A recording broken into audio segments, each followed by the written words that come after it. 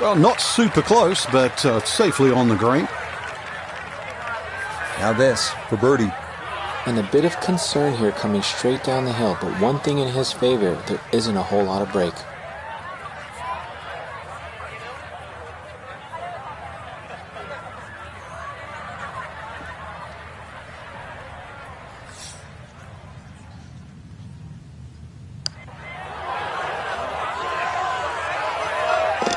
Yeah, that's a good putt. A birdie here at 1. And he'll get things back to 5 over.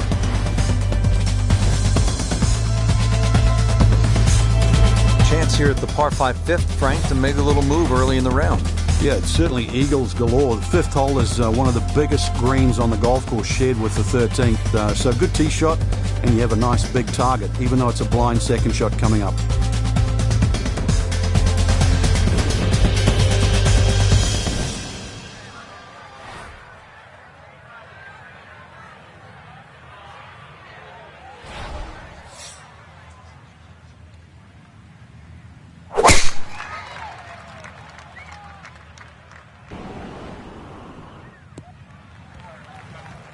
Yeah, nothing to fault there. Good balance, good follow through, and a good start to this hole.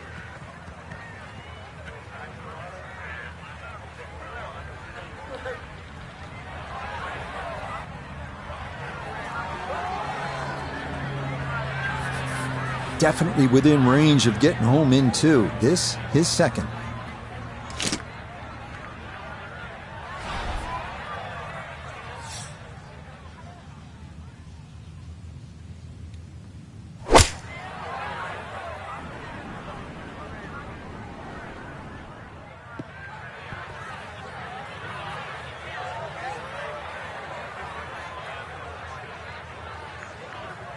Frank, there's a perfect example of the difference in the way the game is played in Scotland and the way it's played in the United States. In the U.S., in the air, you fly the ball to the whole location. Here, you play that baby right on the ground. That was well done. Yeah, the biggest problem is when is the ball going to stop? And that's what you have to judge.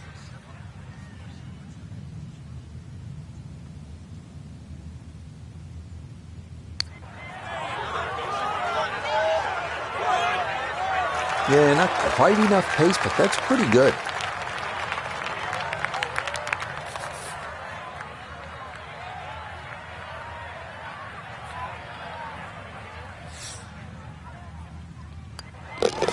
Oh, how about the run here? That a third consecutive birdie. And that step in the right direction. He's going to need a few more of these as we go along, as he is 2 shots outside the cut line. Here we are now at the 374-yard par 4-6. It's a blind tee shot over a mound. The key here, avoiding the coffin bunkers on the left and a series of bunkers on the right.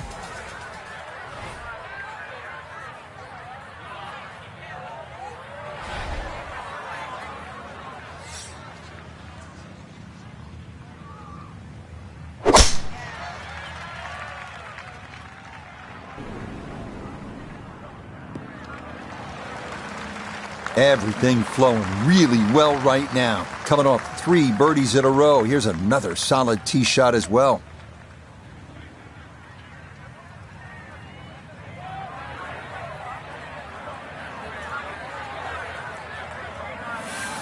So a big drive, and not much needed to carry here for his second.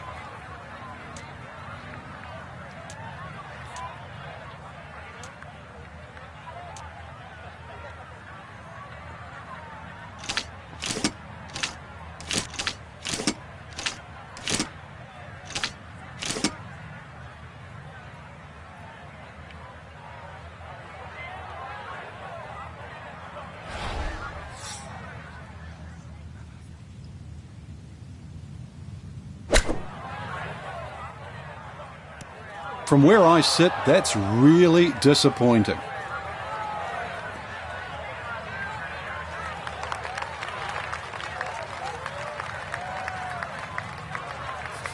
Down to Iona, this for birdie. Well, for a long putt like this, there's really not a whole lot to it. I think you'll fancy his chances at this one.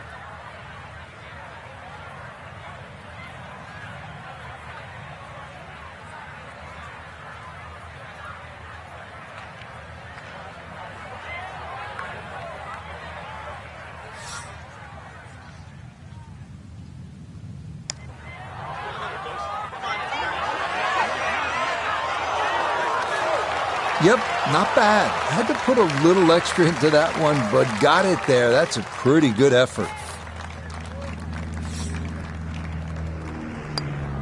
Safely in for par here at the 6th, and he'll remain at +4.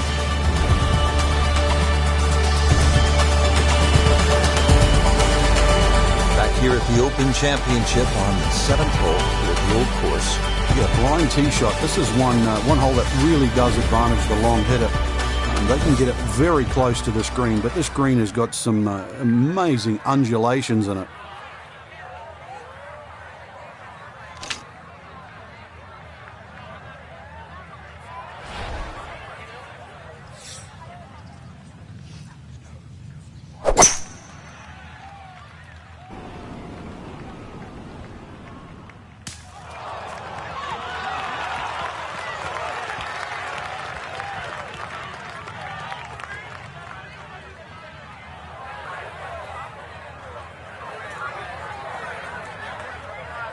A good break got him here, now his second to the par 4.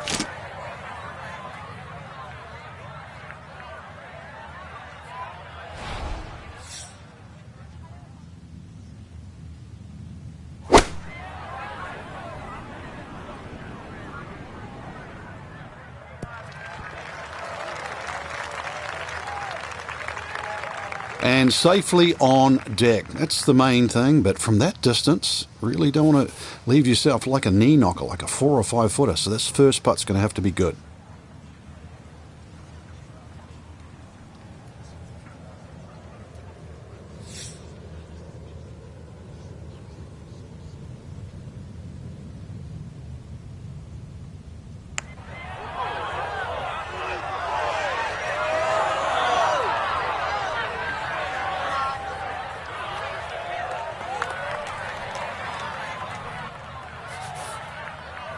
This is a 9-footer.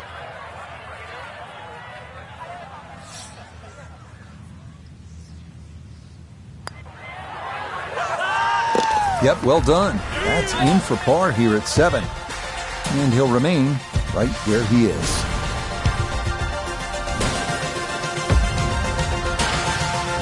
Arriving now at the first of only 2 par 3s at the Old Course, 166-yard 8th, featuring a high-lip bunker guarding the front of the green that is difficult to hold.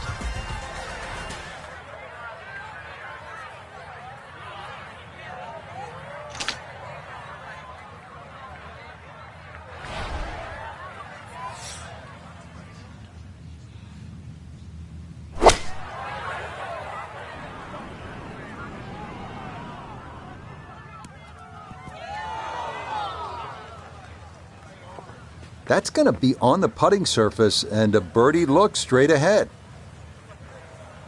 Now note this for birdie. And you have to be very careful with the downhill part of this putt. It doesn't have a lot of break, but it will gather some speed.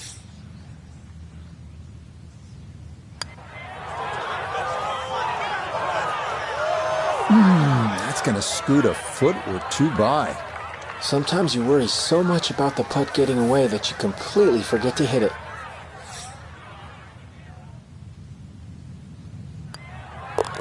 Okay, that in for par here at the 8th. And he'll stay right where he is.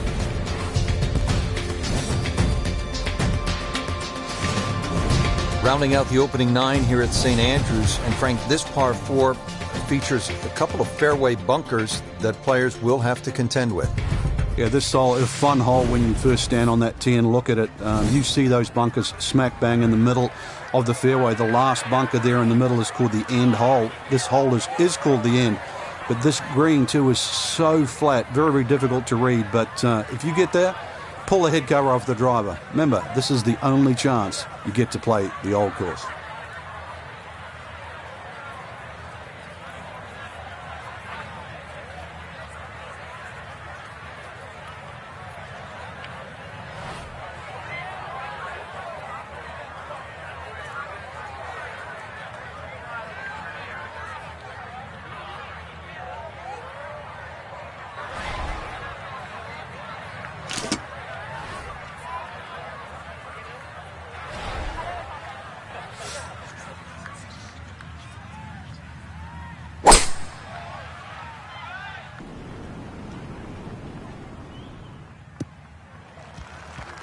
He just keeps motoring right along. Another good tee shot right there.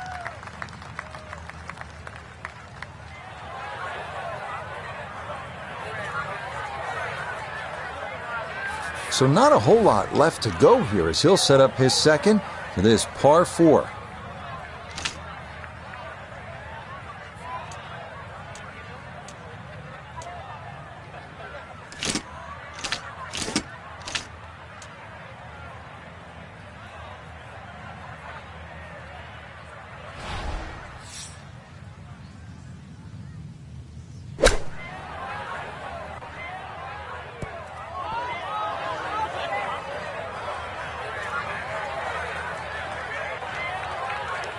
Well, that one didn't work out. Didn't look bad in the air. It hit the green, but didn't sit. Yeah, it was never going to stop.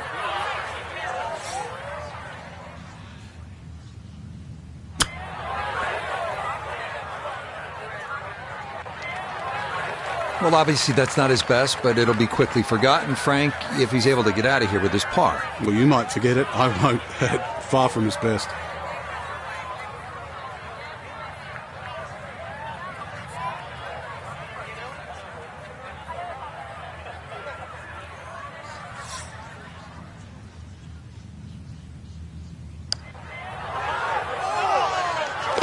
Oh, there's a good putt. Well done here at the 9th, as that will save par. And that's going to be a 3 under 33 on this front side. As we begin the backside here at St. Andrews, you can really feel the history. This hole named in honor of the legendary Bobby Jones, who won the 1927 Open and the 1930 Amateur. Obviously, 1930 was his Grand Slam year. Retired, by the way, at the age of 28.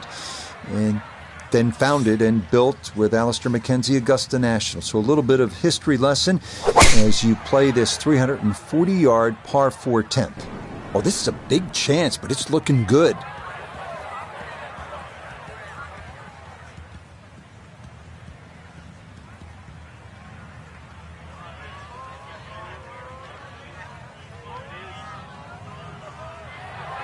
I mean, that is a sight to behold. What a spectacular shot we just saw on the par 4 with a drive in 1.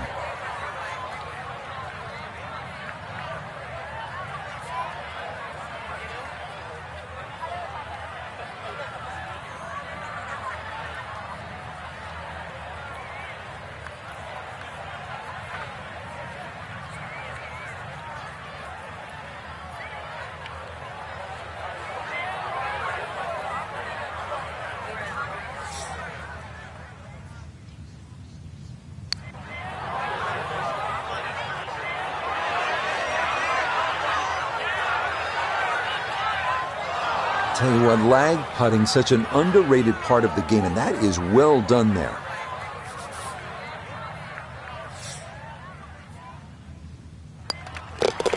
Well done there. It's a birdie to kick off the back 9.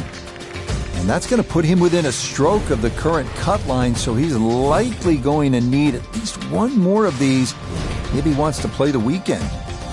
Now to the par 3 11th, and Frank, what's the key here? Well, this green is slightly elevated. Huge false front, sort of left and right of that Strath bunker. And, of course, that bunker on the hill, or should I say that bunker on the left, is called Hill. That's the famous bunker where Bobby Jones couldn't get out of it many years ago and actually ripped up his scorecard. So a good tee shot here, just find that right level where the flag is.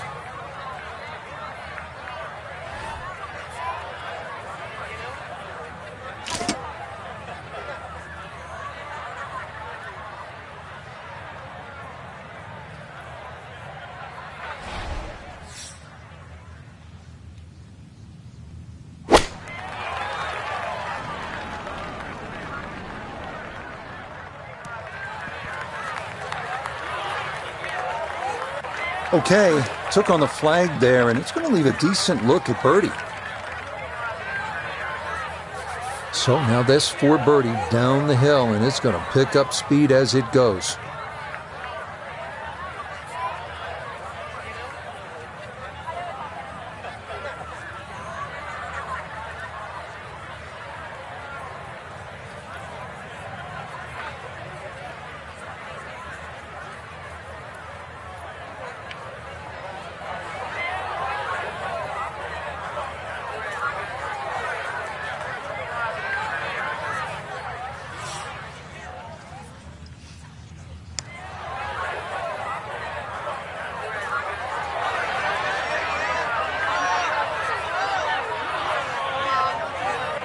Well, if that ball never really got rolling, that's going to come up a good 10 feet short. 11 feet away.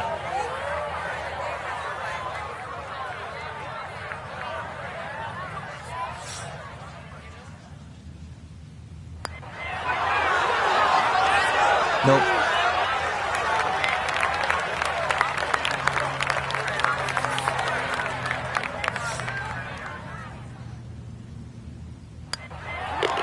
That one safely in for a bogey. And that's going to move him back to 4 over.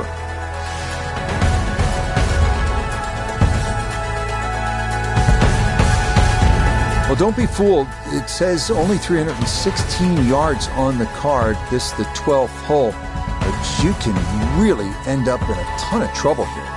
Bunkers are hidden all over the fairway. If you want to get through this hole clean, probably take out the long iron and play it down the left side. That'll still give you a short approach in.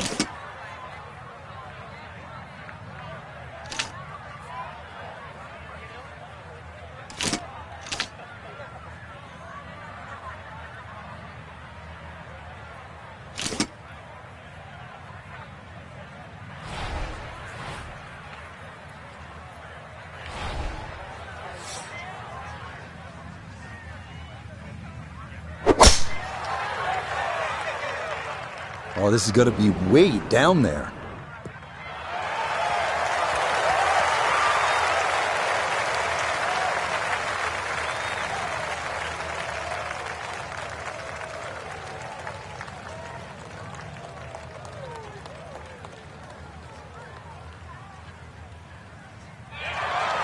On the green, but still a tough putt coming up. One feature of so many of these older British courses, the oversized greens, and this, a long look for eagle.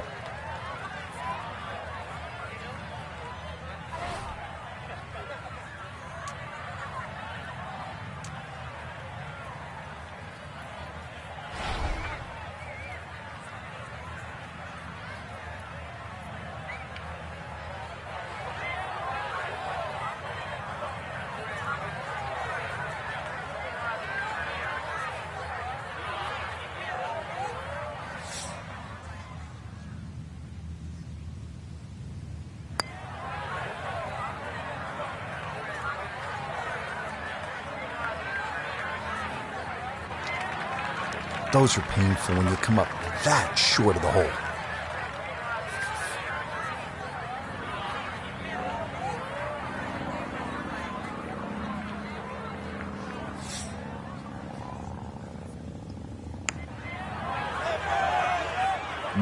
Just a touch firm there. That'll be about 3-4 feet coming back.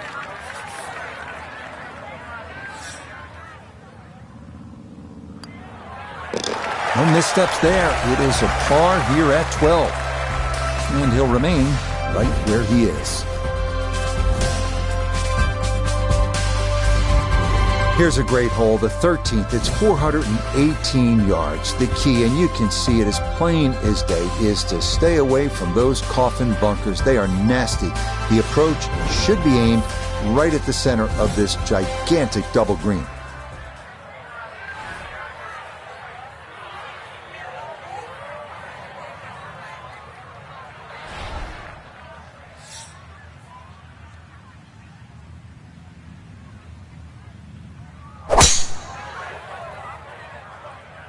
That one up the right side.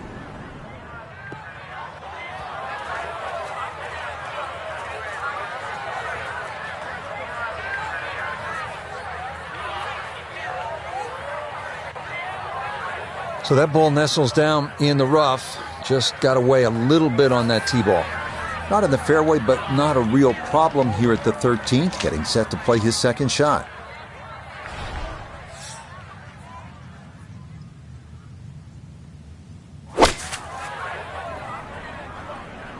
I like the looks of this one.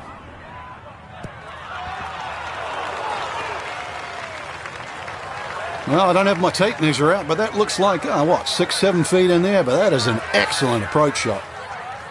It's about a 60% make percentage from here. This for birdie.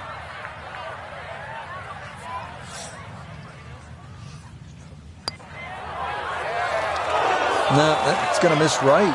And a good opportunity goes by the wayside.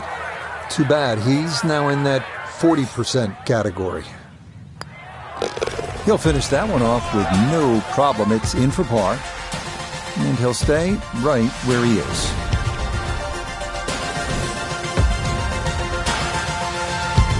Frank, what's the strategy here at the 14th? If you can't go for this par 5 and 2, Rich, there is another option where you can go left. And I mean left of left. That's down the 4th fairway.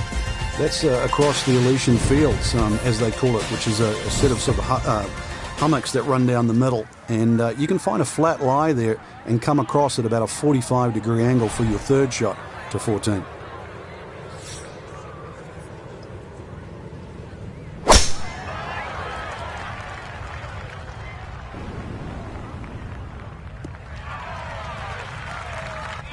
It all looks so simple when you're going good, doesn't it? And that is yet another solid drive.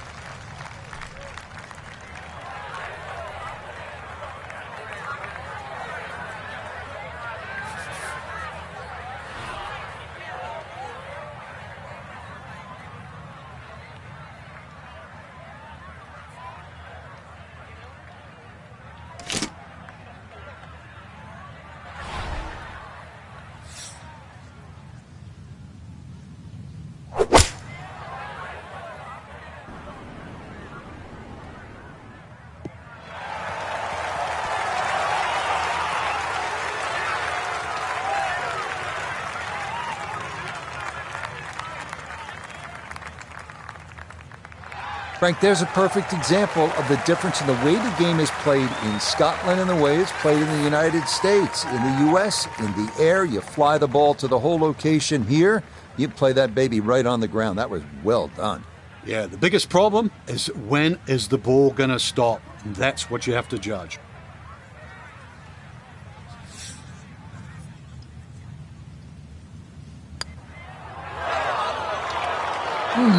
Boy, you don't get eagle putts from that distance every day, but that one never got online. A straightforward look here for birdie. Easy does it there. It's a birdie at 14. And he'll try and fight back as that scores back to 3 over par. We arrive here at the 414-yard par 450. Drive here should be aimed at that church steeple in the distance, positioned between 2 prominent humps down the road just a bit.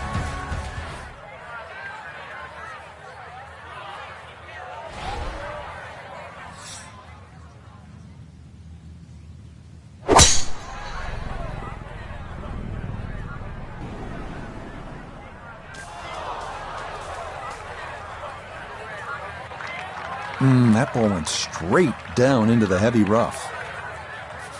Second shot straight ahead, and we go to Iona Stephen. And this is a crafty hole. If you don't manage to thread the needle, keep the ball on the fairway, you end up where we are, in some of the humps and bumps.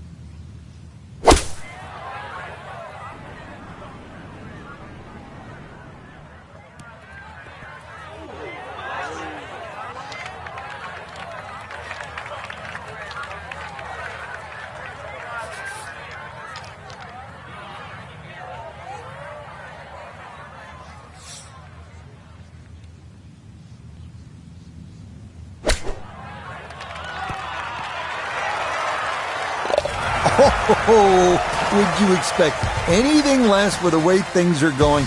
Everything is dropping right now, even balls from off the green. We begin the closing stretch here at St. Andrews at the challenging 381-yard par 416. 2 options here. Play it safer and aim down the left side, avoiding a cluster of bunkers known as Principal's Nose, or aim right and risk going out of bounds.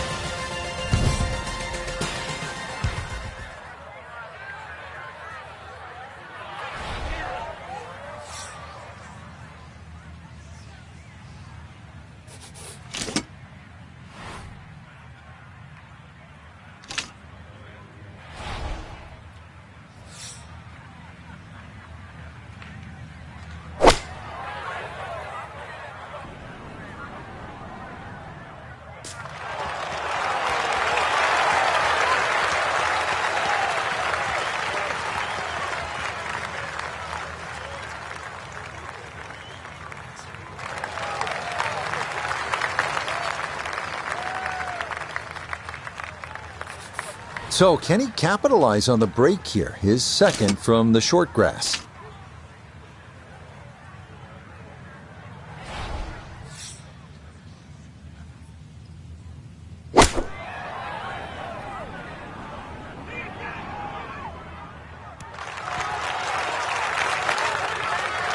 Good shot. Safely on the green and a birdie chance. Now this for another birdie. And players of this caliber should make this on a regular basis pretty flat with just a slight movement to the left.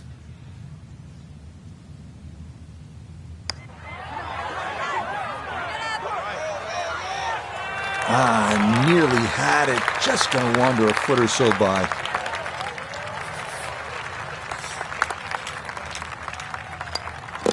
Okay, that'll be a par here at 16.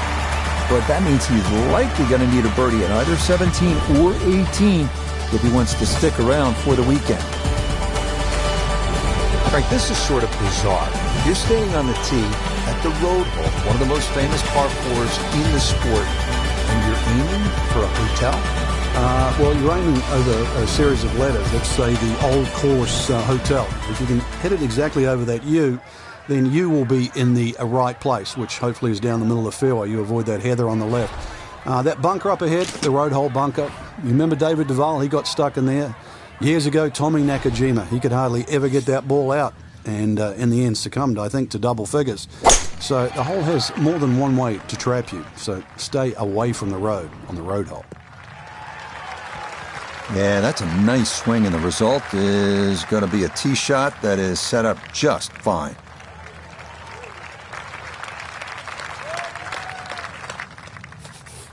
Now, from just under 170 out, this is second.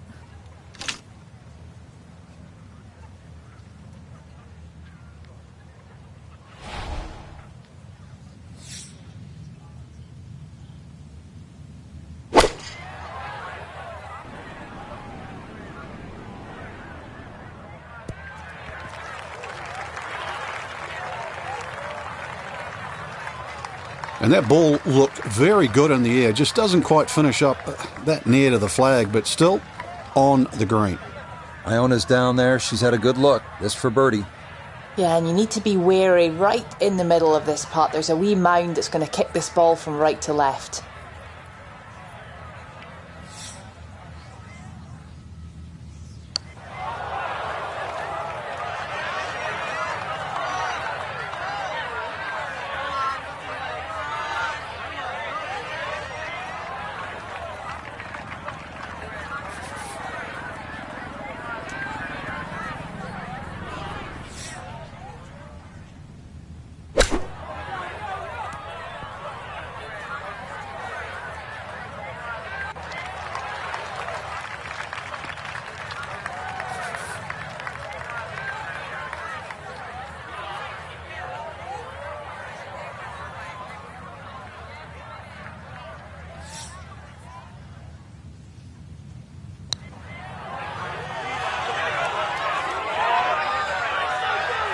Yeah, that's a nice putt. Getting it there up the hill was half the battle. This got there just a little wide of the mark.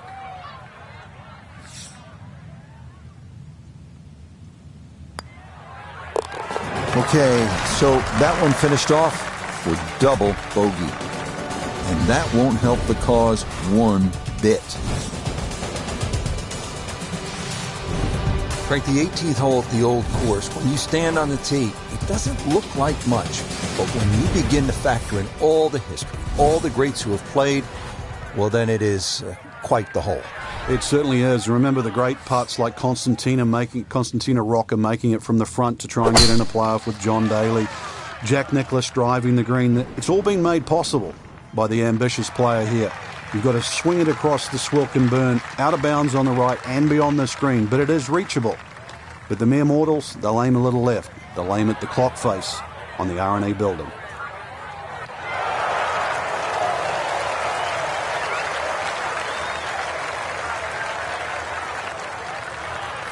"70 yards.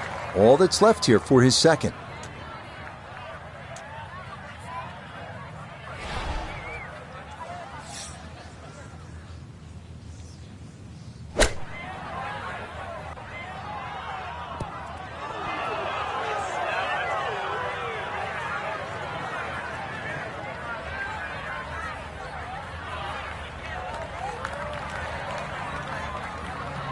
So this for a finishing birdie at 18. Yeah, and it's certainly no gimme from this length. It would be a Brucey bonus to find the bottom of the cup. Main consideration has to be about pace.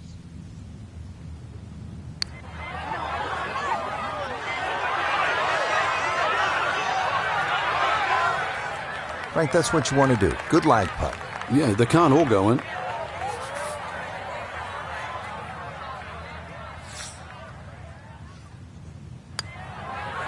So a tap in there. That's for par at the last. And this will be an improvement over round one.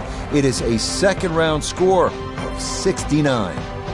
So for our featured golfer, Frank, it is on to the weekend. Who knows? If you get out early on Saturday, try and post a number, see what happens. Exactly. There's such a fine line, Rich, between playing well and sort of not struggling, but just mediocre.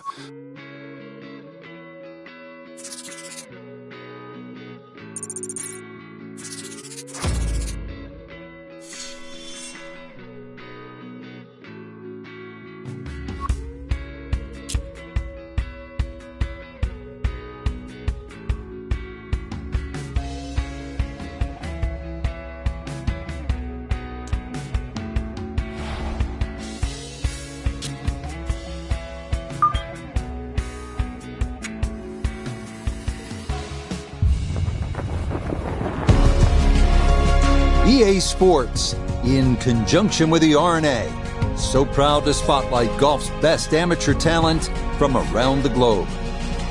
Today, it's live coverage of the third round. Well, if yesterday was any indication, we should be in for a memorable weekend of golf here as we take in the leaderboard on this Saturday. A number of folks in contention, including our leader.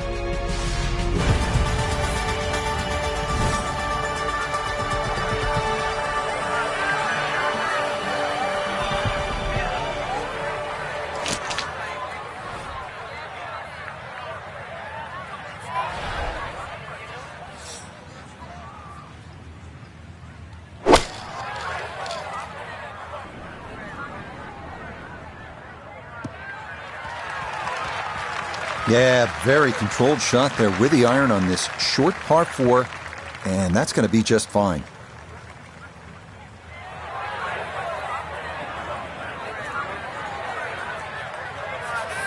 From the left side of this fairway, he'll look over his second.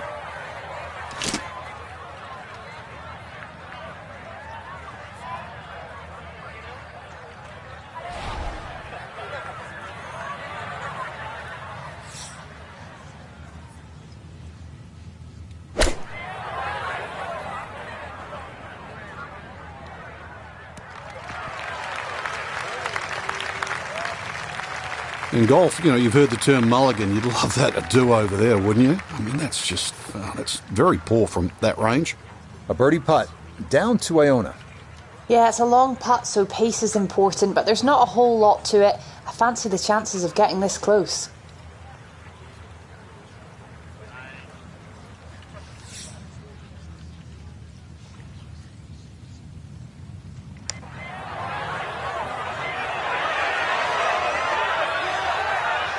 Yeah, he had a pretty good run at that, but it won't go down. Still pretty good from there.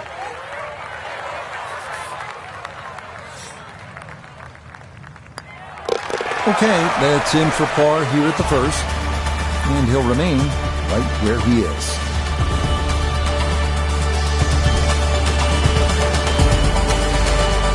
Trying to get the round off to a good start. Frank, we're at the second hole, and what's ahead? The ideal tee shot, just a little over that gorse bush in front of you, which is down the right side. That's the best angle in, but it also brings in a little bit of trouble. But if that pin is anywhere towards the middle of this double green, then really you want to be coming in from the right side.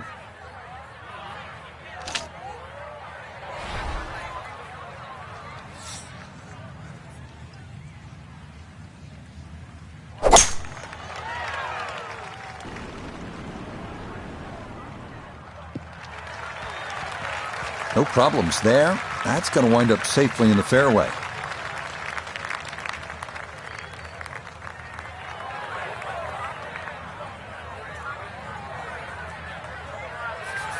Second shot coming up. Let's bring in Iona Stephen. He's looking at 121 yards to the front of this green. 126 to fly it all the way to the hole. And the pin, it's in the front portion of the green.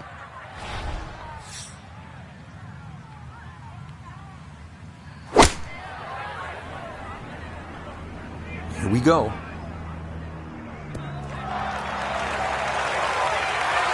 Rich, is that 8 or 9 feet? Not that bad, but it is a great approach shot. A dead-on look here for birdie.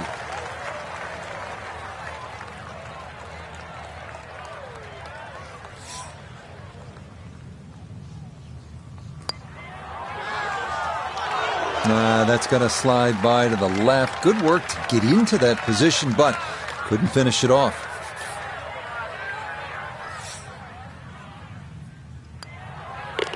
That finished off for a par here with the second.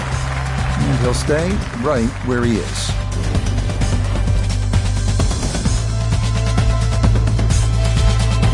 On the tee box here at the third now. Frank, all of these holes look relatively straightforward. Can a golfer get lured in a kind of a false sense of security off the tee here at the old course? Well, you can. This hole, the third hole, even shorter than the second, so reachable. But a lot of people tend to bail out towards the left. That's the middle of the golf course. And that leaves you a devilish little pitch or short wedge across that big gaping bunker that protects both the third and the 15th green. So once again, want to drive the ball down the right side, but there's a series of pot bunkers there.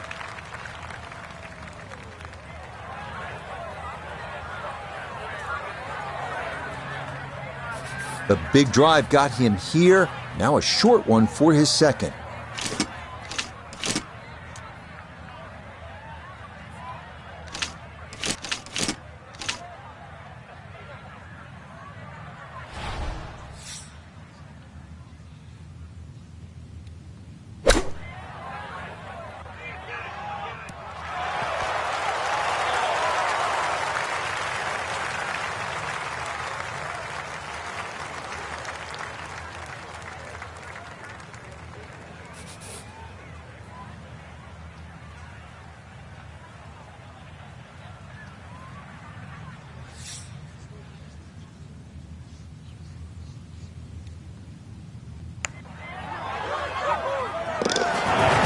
No problems at all. The pace perfect. It is in for birdie. And he will definitely not say no to that. Right now at the fourth hole. Yeah, long par 4. Two choices, whether you game enough to drive it down the right or down the left, which is a much wider piece of fairway.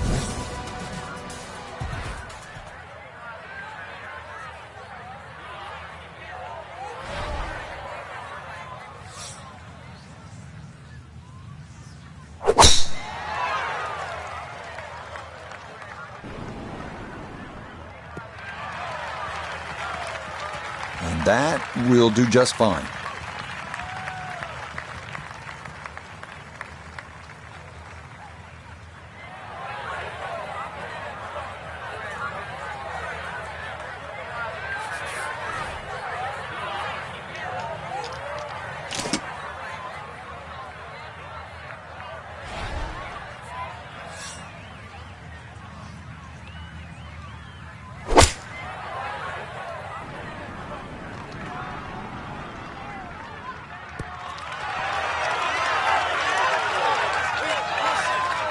I know it's the second shot golf course, but what an iron shot. I don't care. That's the first, the last. That's a great shot.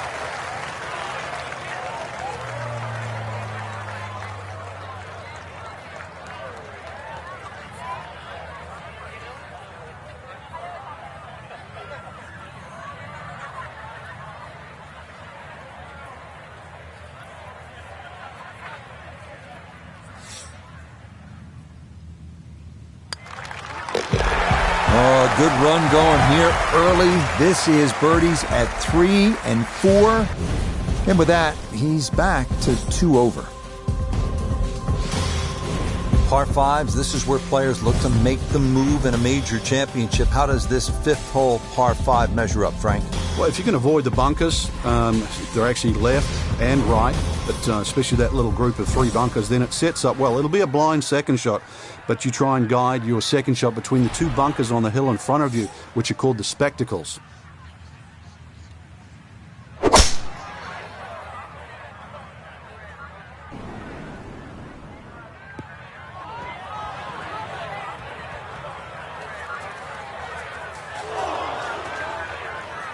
Oh, and that just did not want to settle. It'll wind up rolling off the fairway and into the heavy stuff.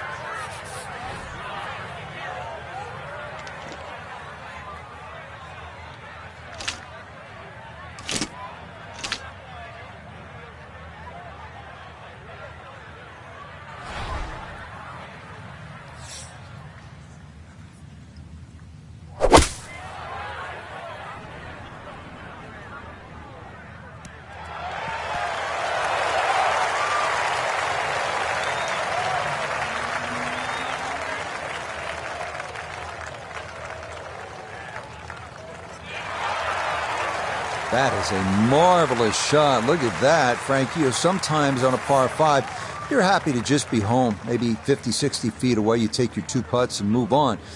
Here, you're thinking about eagle, getting out of there with a 3. Yeah, just imagine if he can roll this one in. What a well-played hole it will be.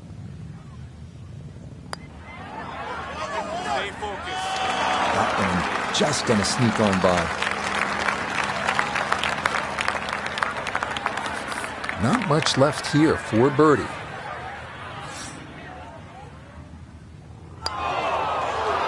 Oh, no, that was left from the start. I didn't even get a piece of the hole.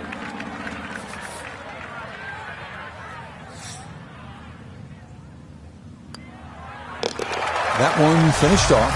It is a par here at 5, and he'll remain at 2 over par. You gotta love the names of the bunkers here, don't you? They tell you all you need to know. Those coffin bunkers, you hit it in there, you're dead. Now to the 374-yard par 4/6, another scoring opportunity. Yeah, just be very careful of the wind conditions here, because that'll affect the strategy off the tee. But bunkers left and right to be avoided. This one working up the right side. Beautiful tempo to that swing, and this is going to wind up squarely in the fairway.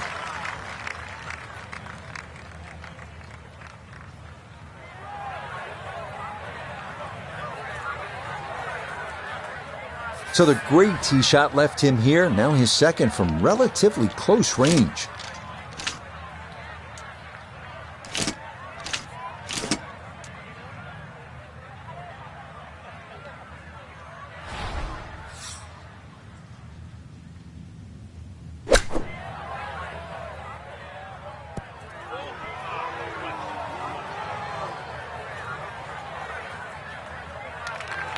Okay, not particularly close, but a chance for the putter to do its thing. Look here at birdie. There's really not a lot in this. It's going to get a little help from the slope, but not a lot to it.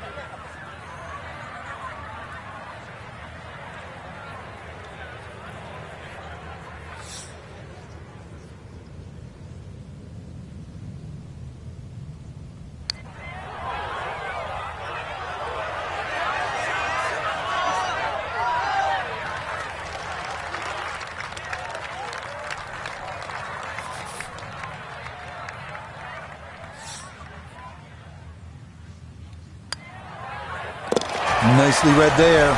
It is a par here at the 6th, and he'll remain right where he is.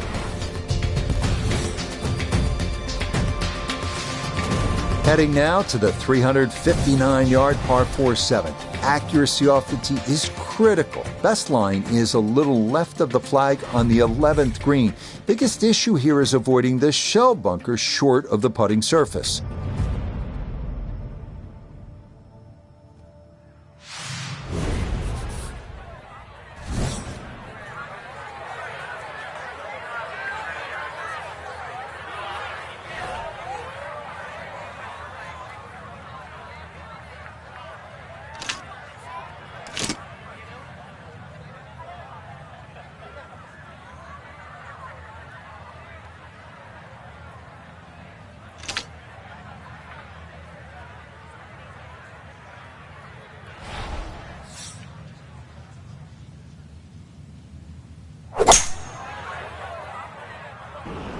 This started toward the left side.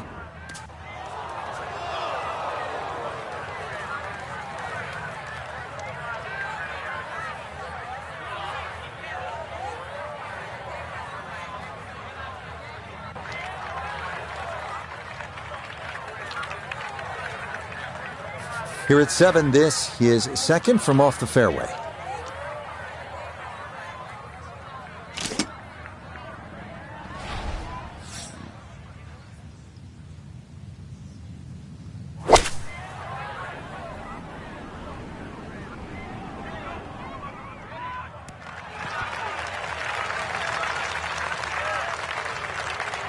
That's a good shot out of the rough. Really controlled the lack of spin out of the grass. Ball didn't jump either, so did not go over the green.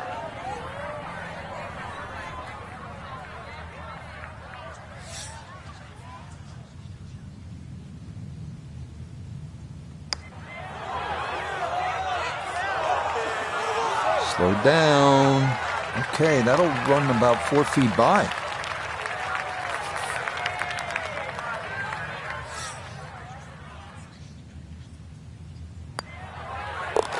Yeah, well done. That's in for par. And he'll stay right where he is.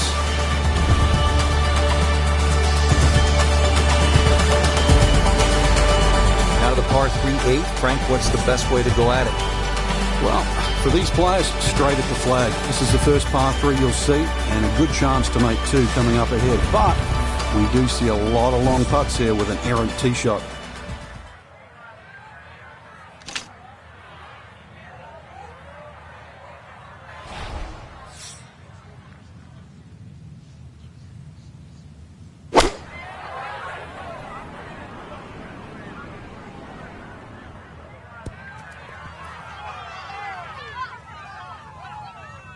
All right, you take those all day long. On the green, chance for birdie coming up.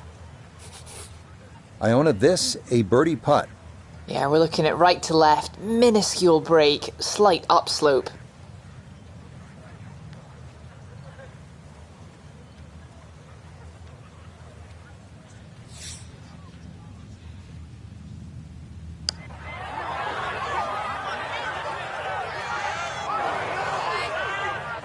Close. Couldn't ask for much more on that putt.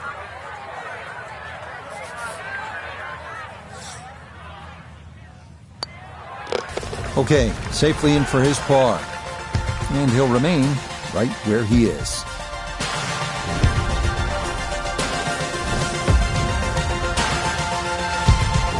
Frank, the old course all about avoiding the pot bunkers. They're so nasty. This is a good example here, the 9th hole. Yeah, the pot bunkers really to be avoided, the ones in the middle of the fairway, but there are some that sneak in on the left side, plus that gorse on the left. If you can carry that last one, which is called the end hole, then there's a chance to perhaps drive this green. We lost this one to the left.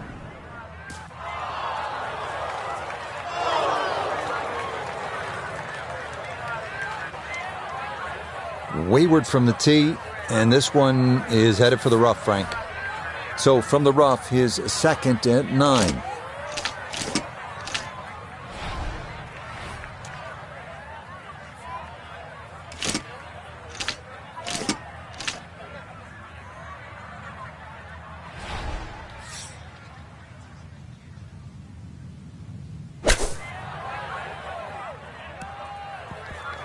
Shame, good opportunity, but that ball just sailed on by.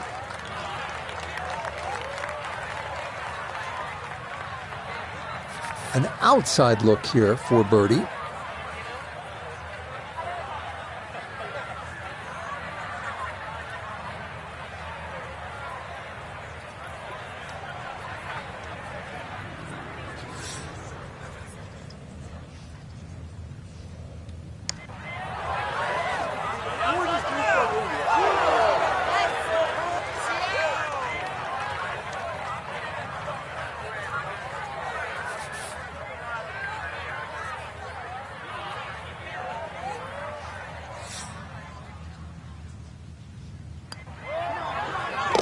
Yeah, that's a good putt. It's in for par here at the 9th. And he'll go out in 34, 2 under par for this front side. Starting off the backside here at St. Andrews with the 340-yard par 4 10th, named in honor of the great Bobby Jones, 1927 Open champion and 1930 amateur champion. Right center off the tee, ideal here. The fairway narrows around 280 yards, but the green is drivable.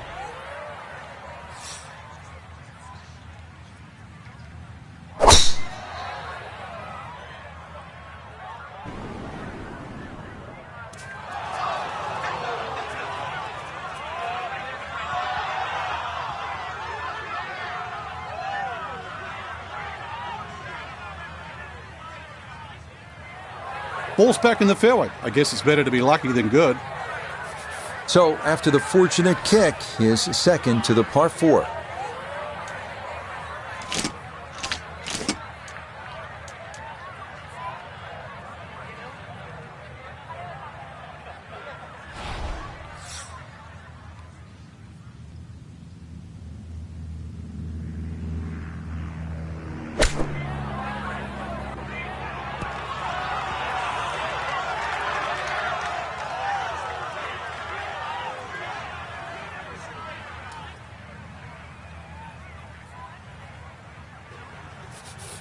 This is a 13-footer.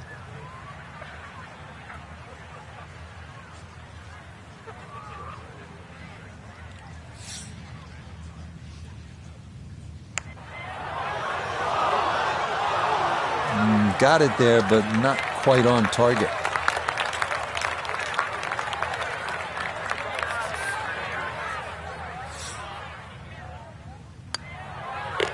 So that's in for par to start this backside. And he'll stay right where he is.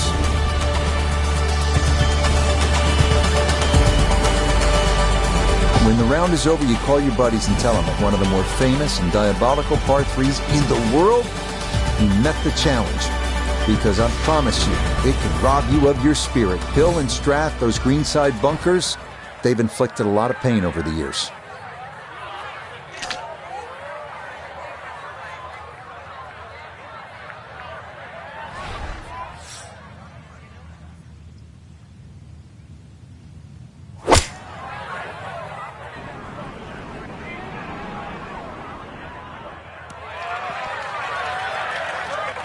That one safely on the putting surface. Now, from long range, this for birdie.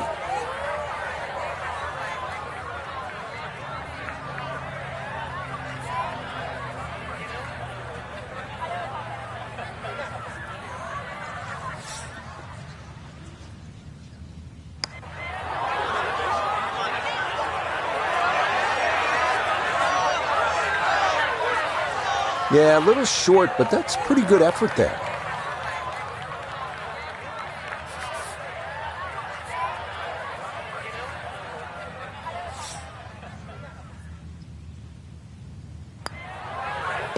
Okay, well done. It is a par here at 11, and he'll remain right where he is.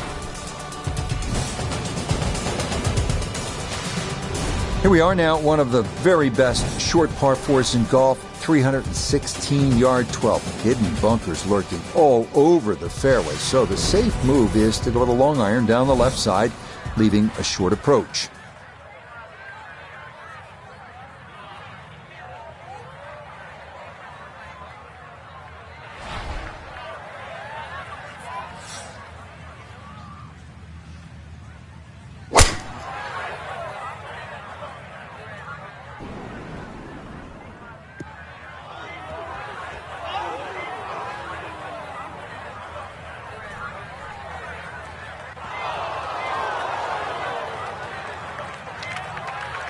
Too strong for this hole, eh? Ran out of fairway and into the rough. Big hit, though.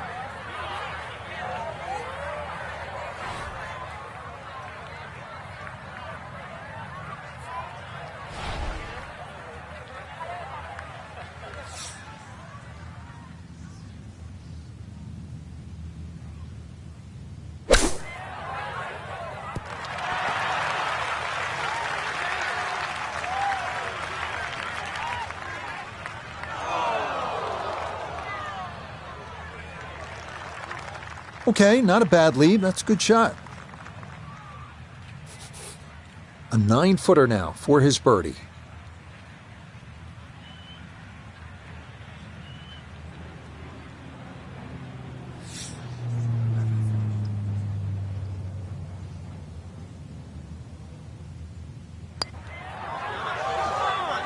Oh, missed it right. Just didn't have the right line.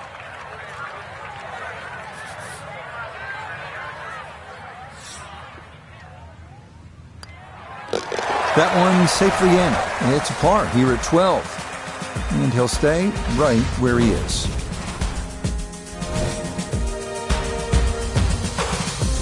We arrive now at the challenging 418-yard par 4 13th. Tee shot has to avoid those coffin bunkers, and the approach should be aimed at the middle of this massive double green.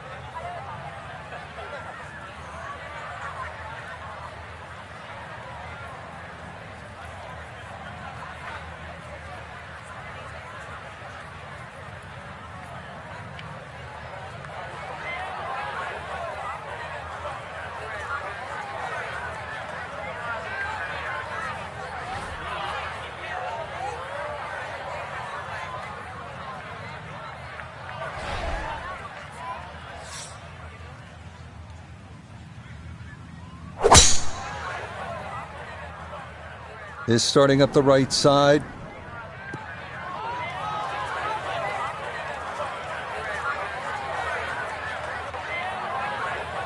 Well, not this time. That one's in the rough. Might be a tough shot coming up. Iona, a second coming up. Well, we've run out of fairway here. An impressive tee shot. Now finding ourselves on a bit of an upslope. That's going to need to be taken into account for this approach.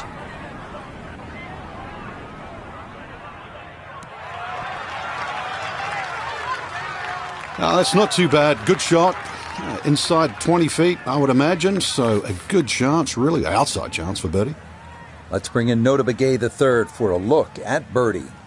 Well, and he's had great conversion on putts like this. Even when he's not close to the hole, he's left himself with very makeable opportunities.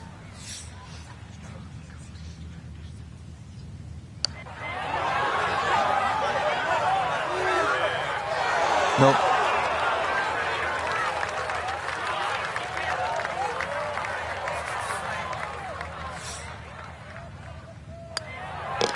Okay, safely in for par here at 13. And he'll remain right where he is.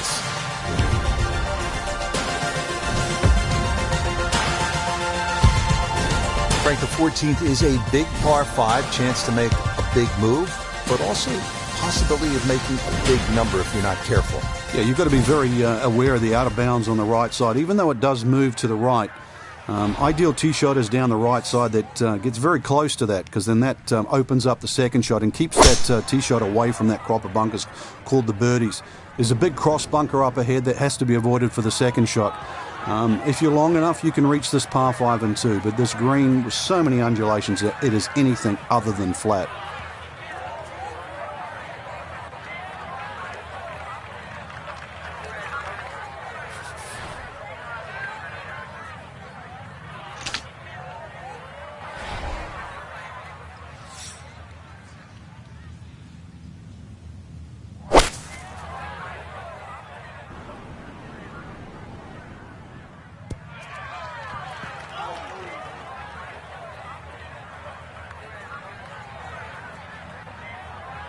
Safely back into the fairway. That was the job at hand, and it's a good end result.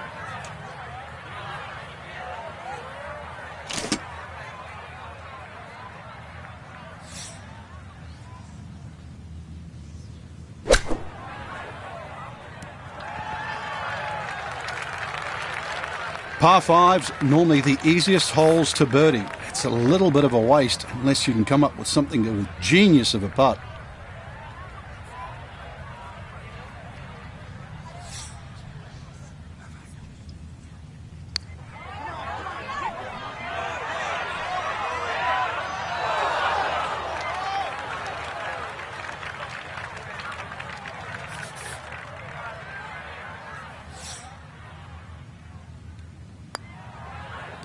No issues there. It is a par here at 14. And he'll stay right where he is.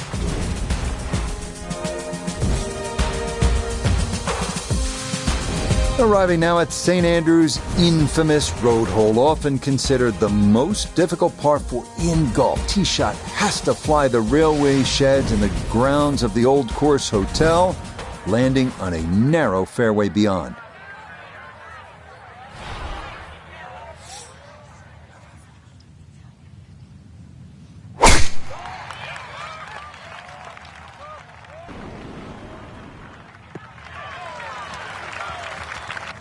Just what you want at this point in the round. You're trying to find a rhythm, hit fairways, hit the middle of the club face. That's what they did right there.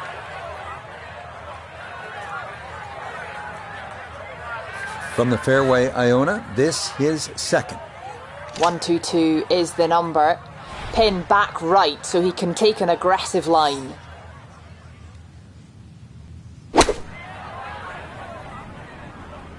Good chance at one.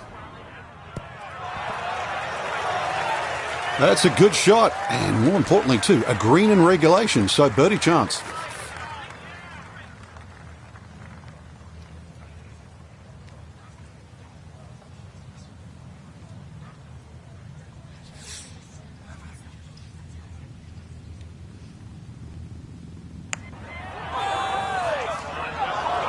That one just going to sneak on by.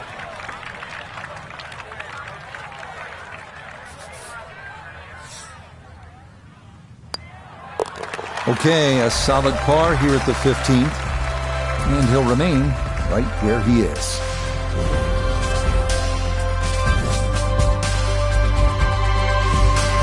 Frank, the 16th hole, famous for the principal's nose, and I can't help but think of Mrs. Hartman from 4th grade. Well, She didn't like us. I don't know how Mrs. Hartman would have played this hole, but she would have been wary of the out of bounds on the right. And that's why the general consensus is you not only avoid the principal's nose, but you hit the tee shot a little bit further left. It might lengthen the hole, but it is certainly the more prudent strategy.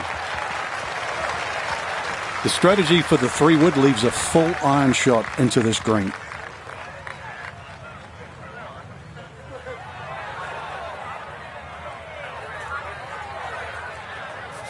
Second shot now from right at 100 yards.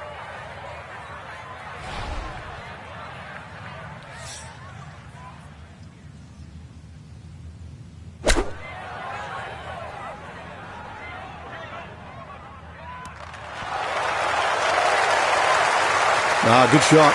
Safely on the green and a birdie chance. 13 feet away.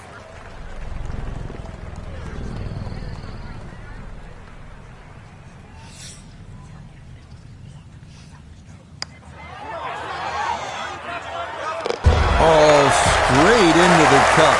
Well done.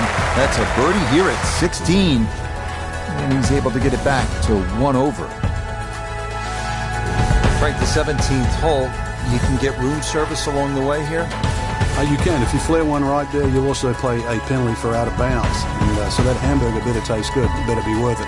A little left of that, a little left of the out of bounds, and you're left with a second shot. That's fairly daunting because you have the road hole bunker to avoid and the road behind the green. Hence the name.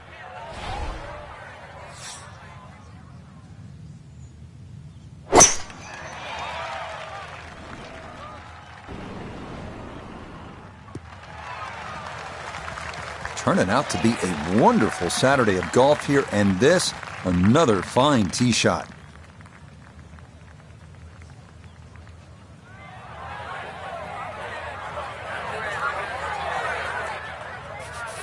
From the fairway nota, this is second. He's got 142 yards to the front, 160 to the hole, hole cut right in the middle.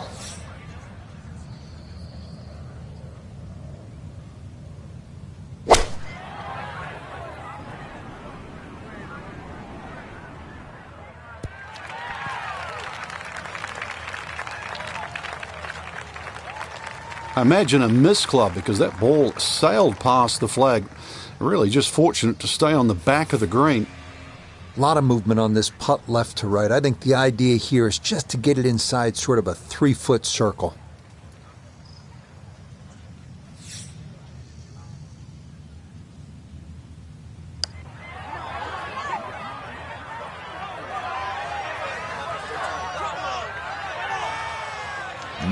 That's not quite dead from there. That is a good distance short.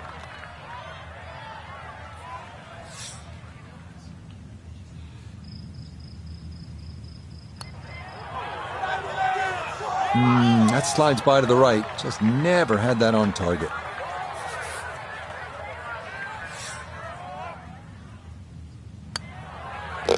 That one finished off for bogey here at 17.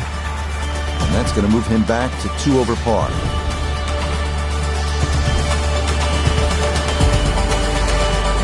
Frank, you stand on the tee here at 18, and history is staring you right in the face. Yeah, you have the Rusak's Hotel on the right, the Dunbraven over the back, the R&A building. Just standing there, you're reminded of how far this great game has come, and all these hundreds of years, I guess, in the future, and where will the game be then?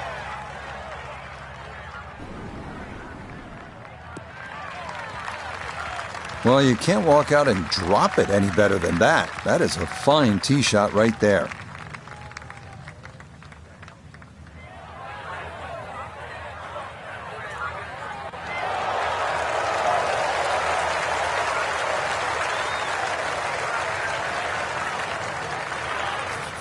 good chance to get one in close from here.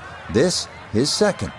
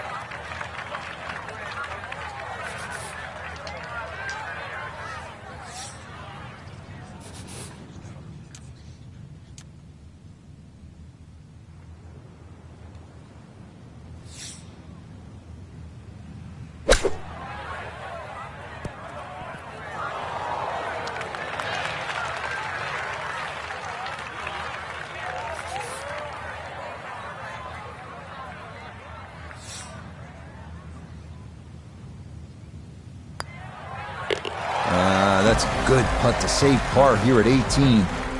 And this will be a third-round score of 70 on this Saturday.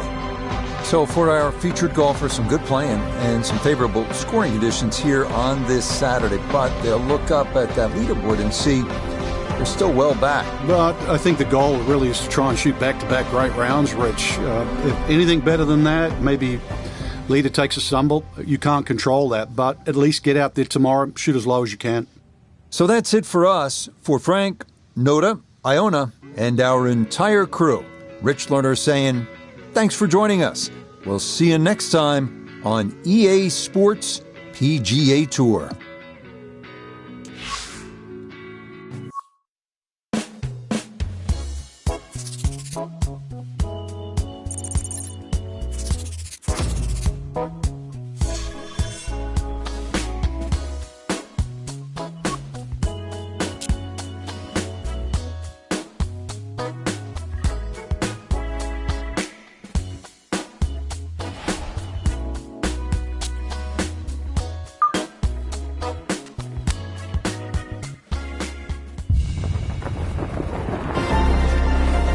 EA Sports is proud to present continuing coverage of the world of golf.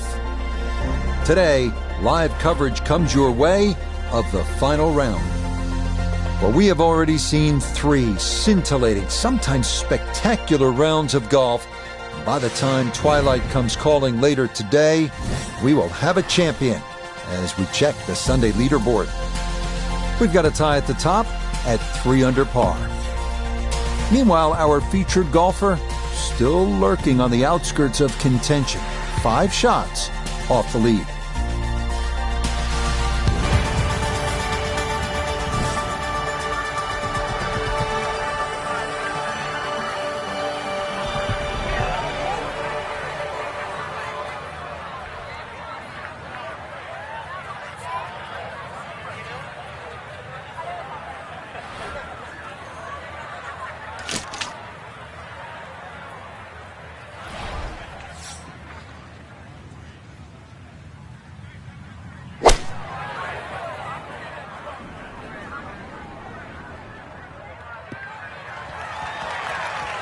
And this, not the longest hole players will encounter, so just an iron off the tee and it works out to perfection.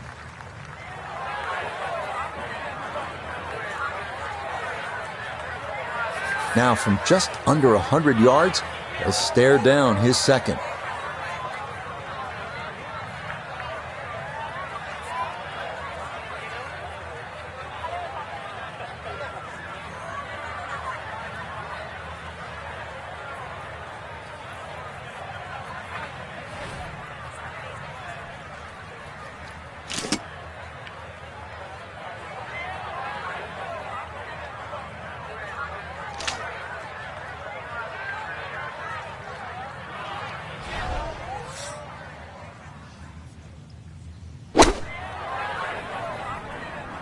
Uh-oh. Oh, got to be careful of that burn, and that is where this ball is going to wind up. A big mistake here at the first. All right, so he'll take his drop, and with a penalty stroke added, that'll become his 4th now to the par 4.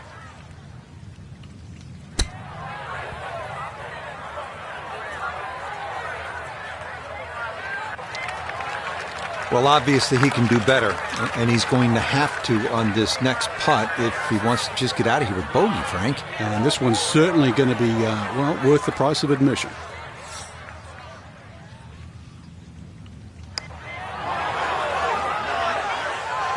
Got it there, but not quite on target.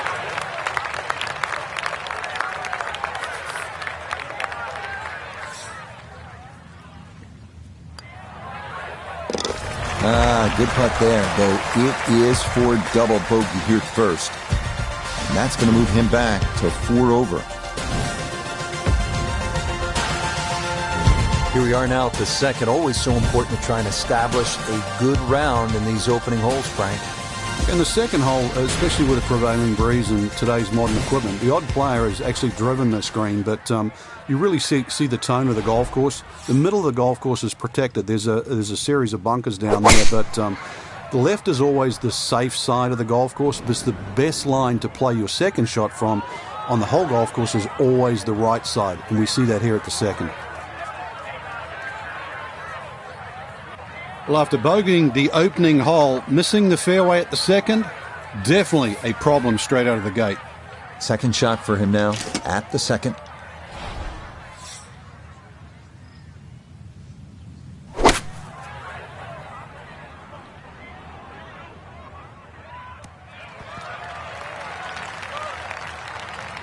And that ball looked good in the air. You'd like it to be a little closer, but still, inside 40 feet, just going to have to be careful with the lag putting. A birdie try on the second green, and with that, we welcome four-time winner on the PGA Tour, Nota Begay. And he does not need to hit this hard at all. Going to catch some momentum down the slope, but he is going to have to aim it out to the left. Nah, that was low from the start. Oh, that comes up well short. I bet he'd like a do-over.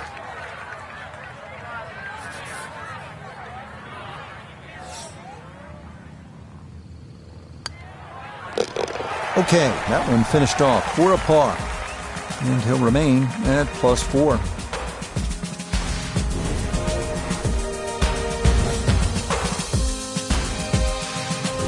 At the third hole now, Frank, it looks relatively easy, but you know there's some danger lurking somewhere out there on the old course. There is. There's the pot bunkers down the right side. This is a tee where really you want to have an idea where that wind is coming from. If it's into your face, you might want to be a little cautious and go towards the middle of the golf course. But if it's behind you, well, then it's worth challenging that right side.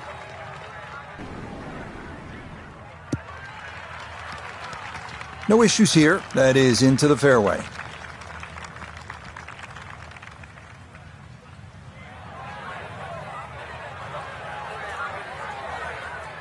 So a big drive, and not much needed to carry here for his second.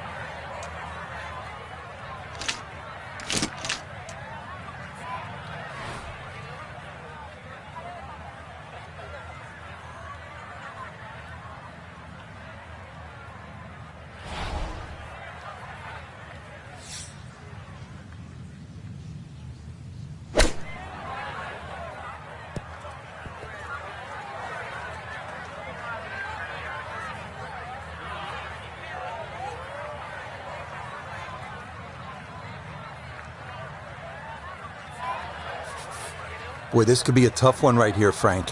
It's a very long putt, Rich. Obviously, it's difficult, but he still has a shot to sink this one for birdie.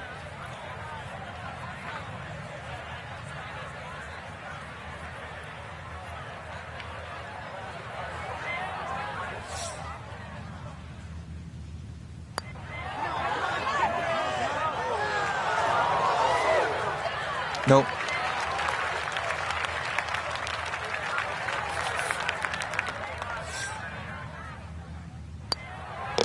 So that safely in. It's a par here at the third.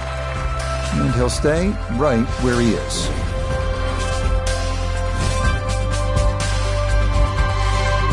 Moving now to the par 4 fourth, measuring 419 yards. Two ways to attack here. The riskier drive is toward the narrow valley on the right, while the safer play is to aim for the plateau on the left.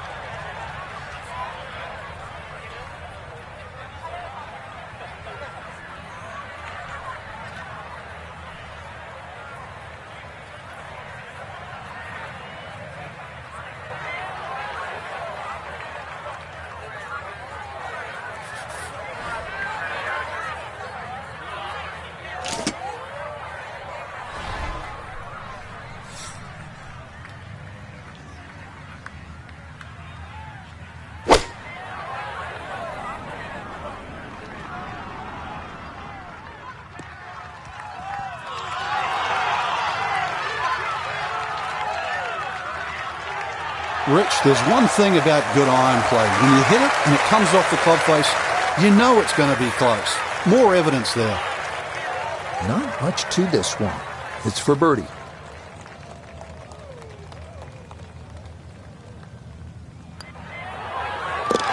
Yeah, that's a well-played hole. It's a birdie here at 4.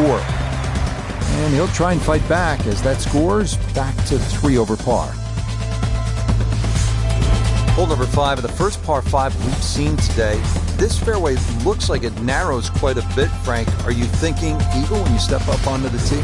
Well, you could, especially if you've got a little bit of breeze behind you, but it's quite wide in the driving area with the exception of those 3 bunkers on the right that just sort of pop out. But if you can get it past those, this par 5, very reachable.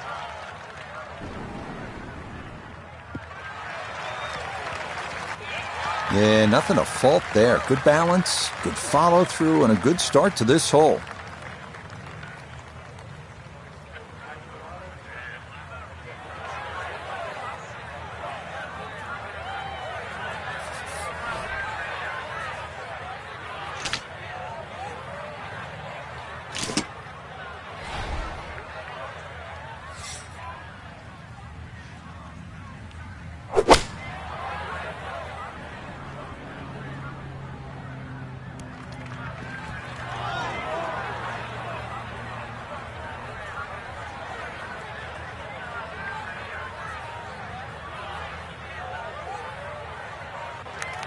That is a really good shot. On and 2 on this par 5, but work's not done yet. I'm a tough taskmaster. If he makes the putt, or at least gets down in 2, then I'm going to congratulate him on this hole.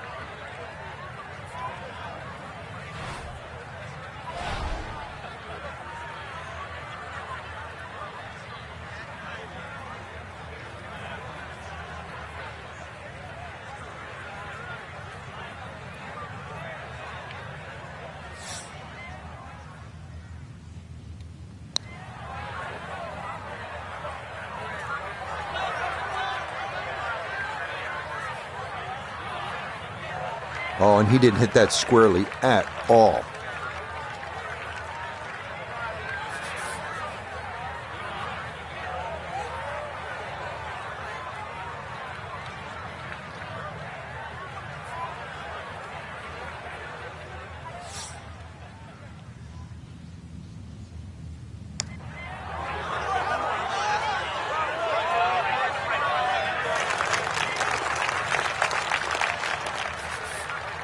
And this will be a 5-foot putt here.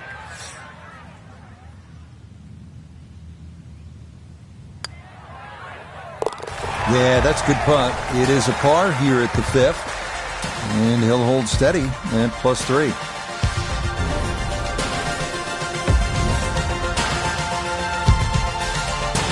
Moving on to the par 4 6th hole here at the birthplace of golf. This hole shares a green actually with the 12th. How do you work your way around this hole, Frank? Some sort of tee shot. 3 bunkers that look like they're in the left center of the fairway and a series of bunkers down the right. So somehow bisect those, and then you set yourself up to a green with a false front. This one's starting a little bit right.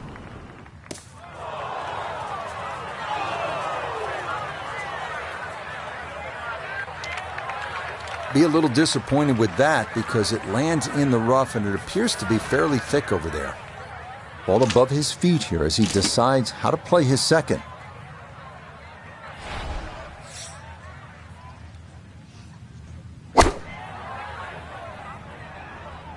And this is looking really good. Oh, I always knew that was going to be a good shot when it left the club face. What's that, 8 or 9 feet? Excellent shot. 8 feet remaining here for birdie.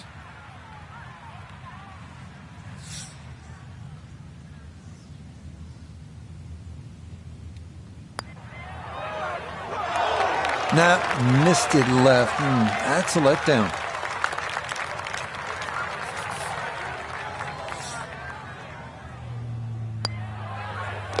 Safely in for par here at the 6th. And he'll remain right where he is.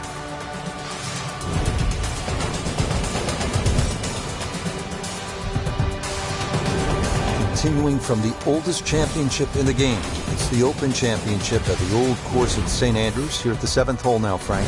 Yeah, you try and hit your tee shot over a little stone there. It's called the March stone. That's a good line for like left of centre. And, well, if you can just work it off that, good tee shot, you're only going to have a pitch in here to a green that's set up very high.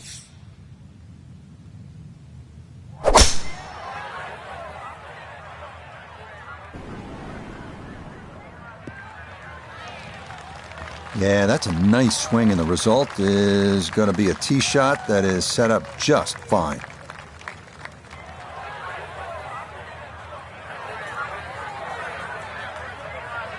So from a little more than 70 yards, this is second.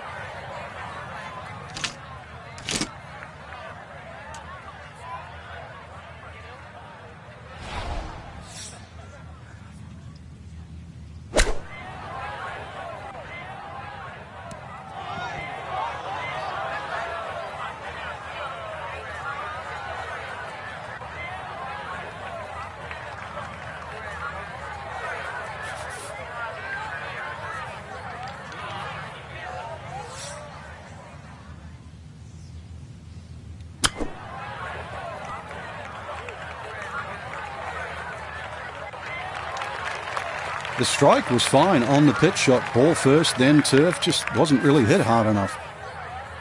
This one measures out to 15 feet.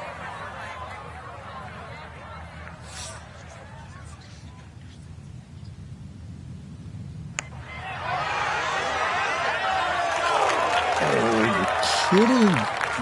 This game's unfair sometimes. That looked in the whole way. That one in. It is a bogey here at the 7th. And that's going to drop him down the leaderboard just a bit.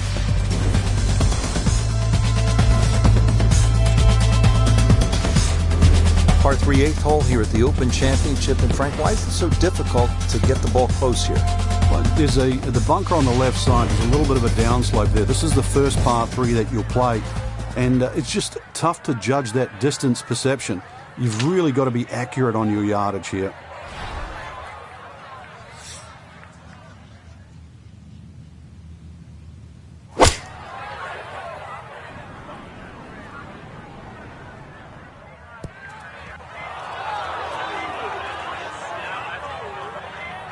Boy, that one did not want to slow down at all, and it winds up running right through the green.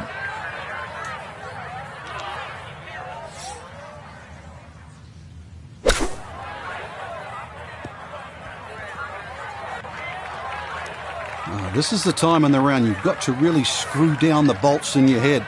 Do not want to make back-to-back bogeys.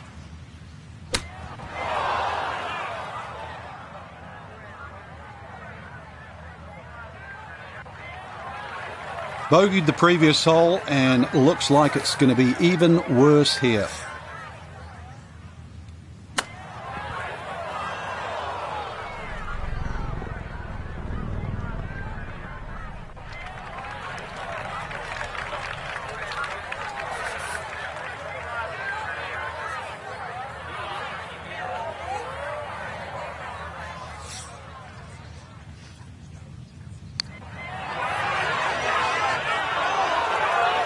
That will be a 3 over on the scorecard for this hole. Time to pick up and move on.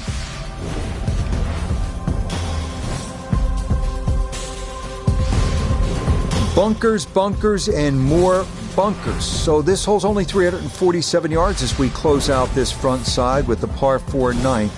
They're called Bose's and end hole bunkers, and they're right in the middle of the fairway. So it's all about the tee shot, putting it in a good spot. If you do, you're walking out of here with a 3, or you could knock it on and maybe bump one in, putt one in for an eagle. Well, that's on a pretty good line so far.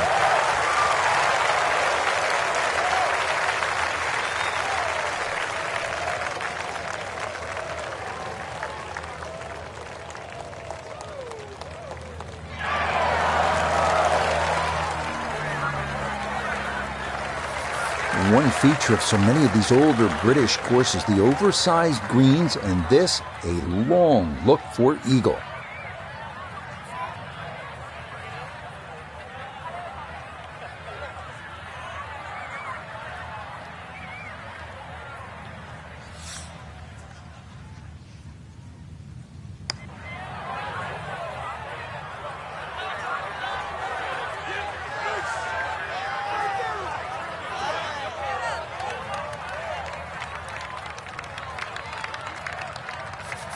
It's been an eventful front nine, but this for birdie.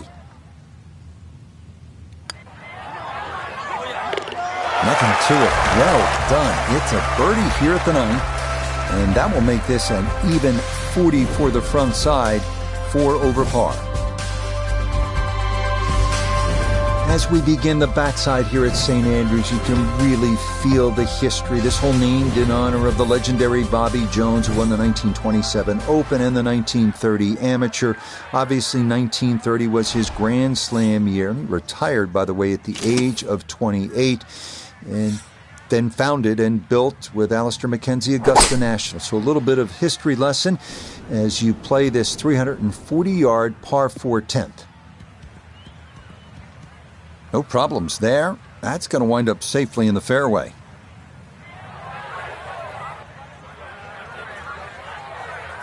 So after the big drive, this, a short approach to the par 4.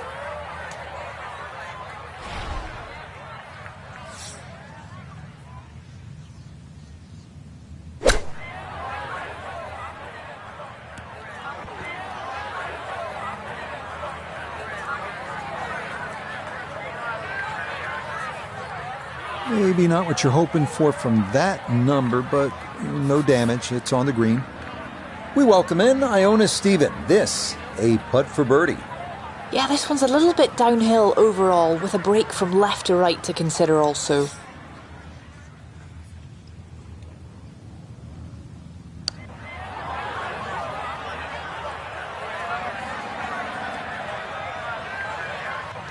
Had it right in the heart and just didn't hit it. This from 7 feet.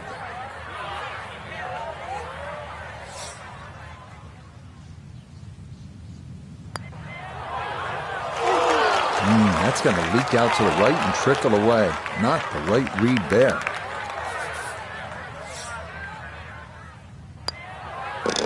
Okay, that one in for a bogey here at 10. He'll slide a bit further here to 7 over par.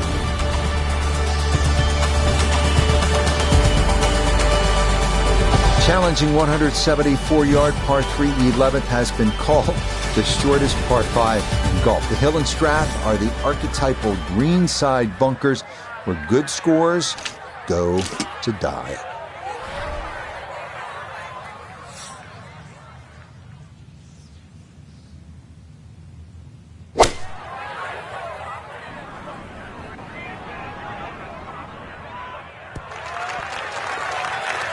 Okay, that's a good shot. Front left portion of the green and a birdie opportunity coming up.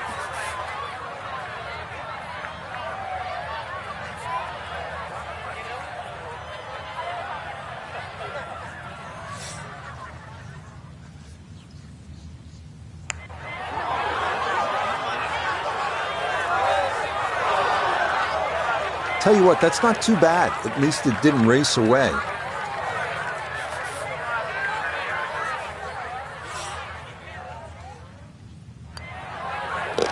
So that brushed in for par here at 11, and he'll hold steady at 7 over par.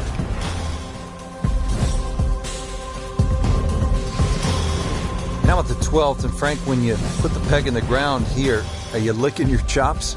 Well, you are, unless you're playing into a head breeze, because if you are playing a head breeze, then you've got to worry about the 4 bunkers that are in the middle of this fairway.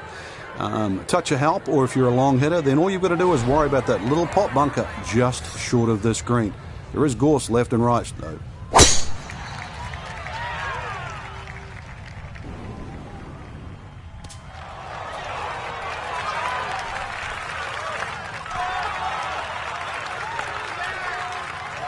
That had to be in the rough the whole way. One more bounce back on the fairway. A good break got him here. Now his second to the par 4.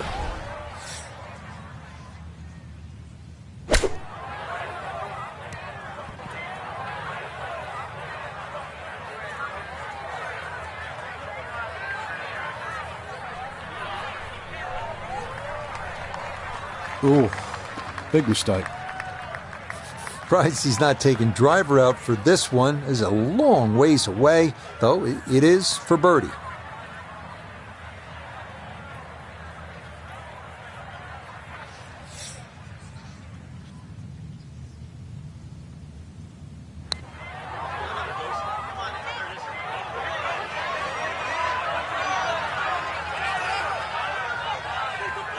that's really well done. From that distance, you'll take it every time.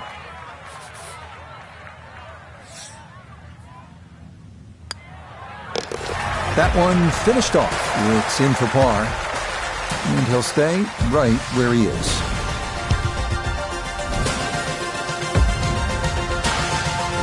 Here at the par 4 13th hole at the old course, Frank, what's the best play, power, or do you go with precision? Well, you'd like a nice mixture of both there, Rich. You can take those coffins out of play. That's the name for those series of bunkers sort of down the middle. Then obviously you've got a much shorter shot coming in, and then you've got a chance to actually have a full view of this green.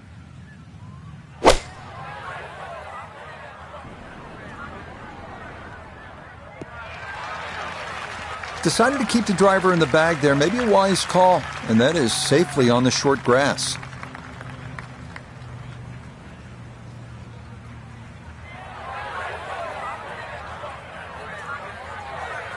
From the fairway, Iona, this his second. With a solid tee shot, a great spot in the fairway has been found, but with that elevated green, it's tough to see where you're going.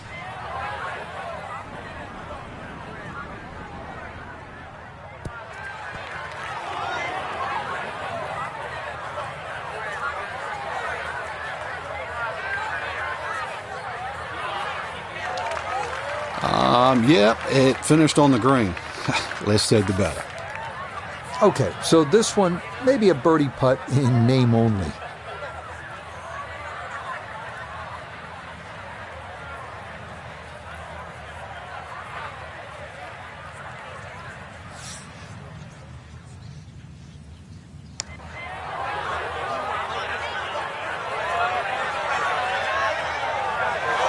Oh, how good is that? Those are the kinds of long-distance putts you'll see here in Scotland, and that was judged about as well as one can. Well judged. That is in for par here at 13. And he'll remain right where he is.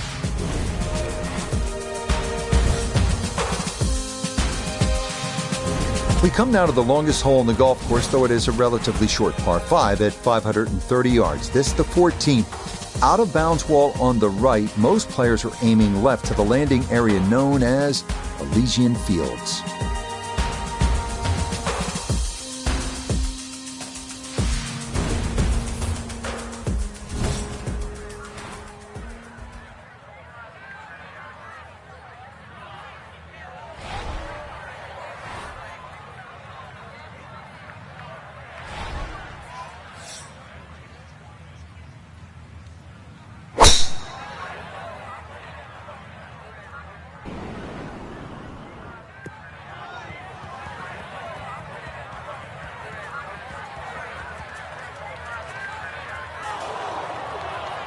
And this has been a problem all round long. Out of position again off the tee as that is into the thick stuff.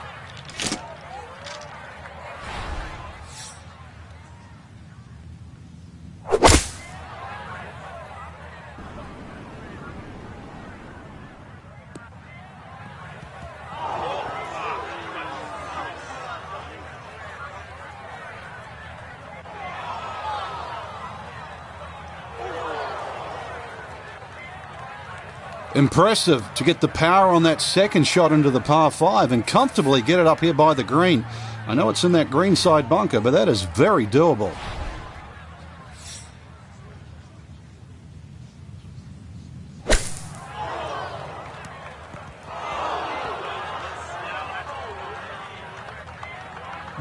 So hard to gauge distance control and get that ball to come out the way you want it. This one, going to be in the sand again.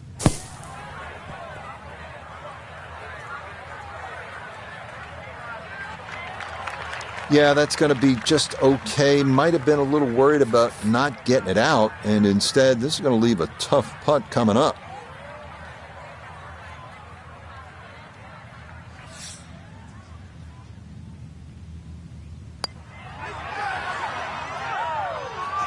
That one just going to sneak on by.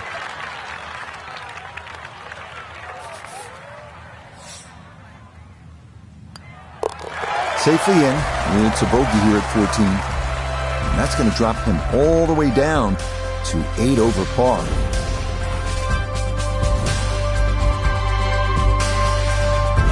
Back here at the 15th, and Frank, this fairway narrows up in a hurry. And it's also, there's a big crop of heather that sort of constrains you if you're going to hit it just straight down the middle. Only the brave go down the right side. Brings in those little bunkers called robs, and they'll rob your scorecard, that's for sure.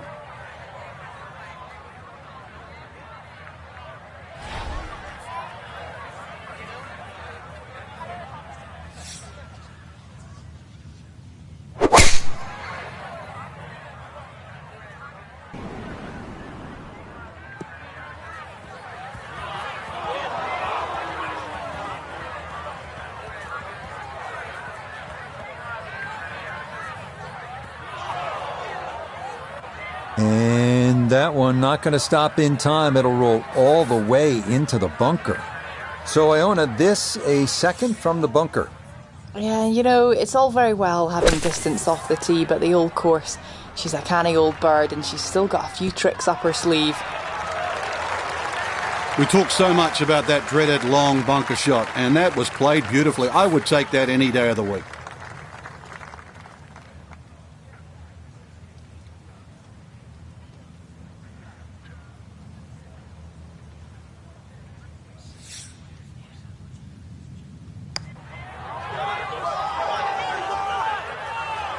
Ooh, good speed there. That'll leave just a couple of feet.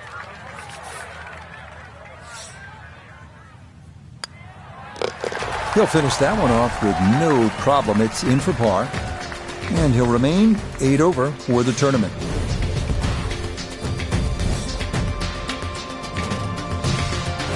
Frank, the 16th hole, there was a time in my life when I was in 4th grade, I would have really enjoyed hitting the principal's nose.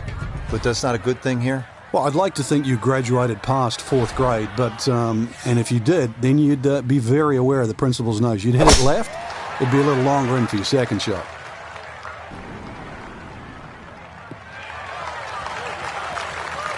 And that will do just fine.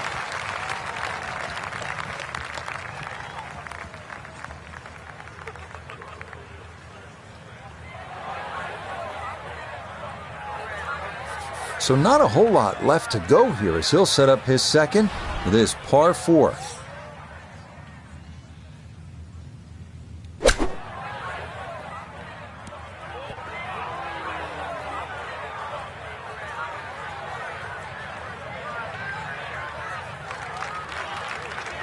Stubbed it. Hit the ground before the ball. Fortunate that even made the green. Going to have to take pretty much a full swing at this one with the putter because this one is into the hill and the hole is cut back.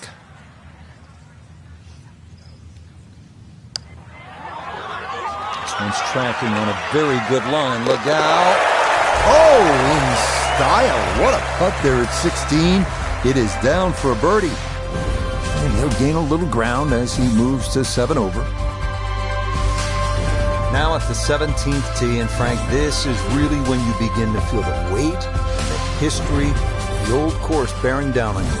And you also feel the nerves as well, because you're having to hit it not just at a fairway or over a bush, but over the corner of an out of bounds.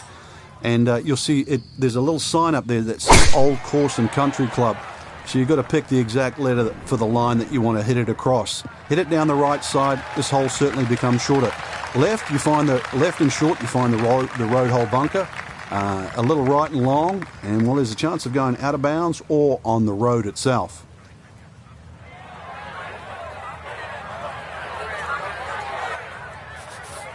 So Iona, this his second from the fairway.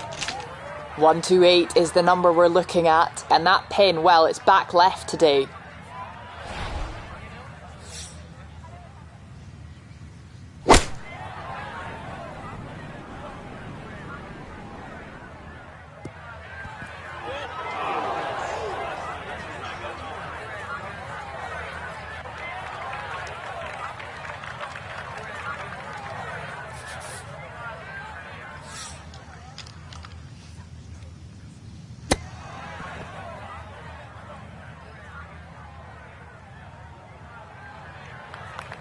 I think he'll be fairly pleased with that, Frank. What do you think?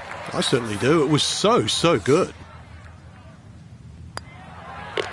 No problems there. That's par here at 17. And he'll stay right where he is.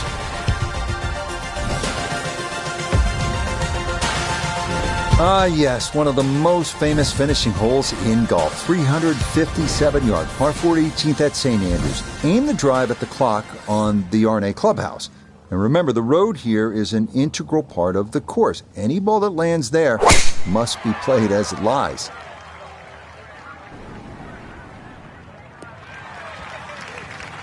Beautiful tempo to that swing, and this is going to wind up squarely in the fairway.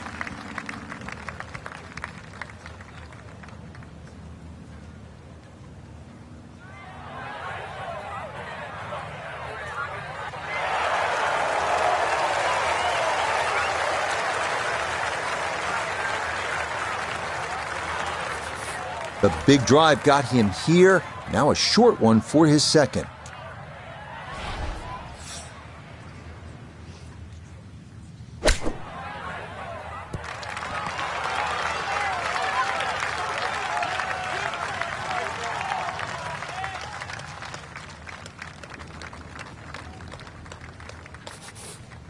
"11 feet away.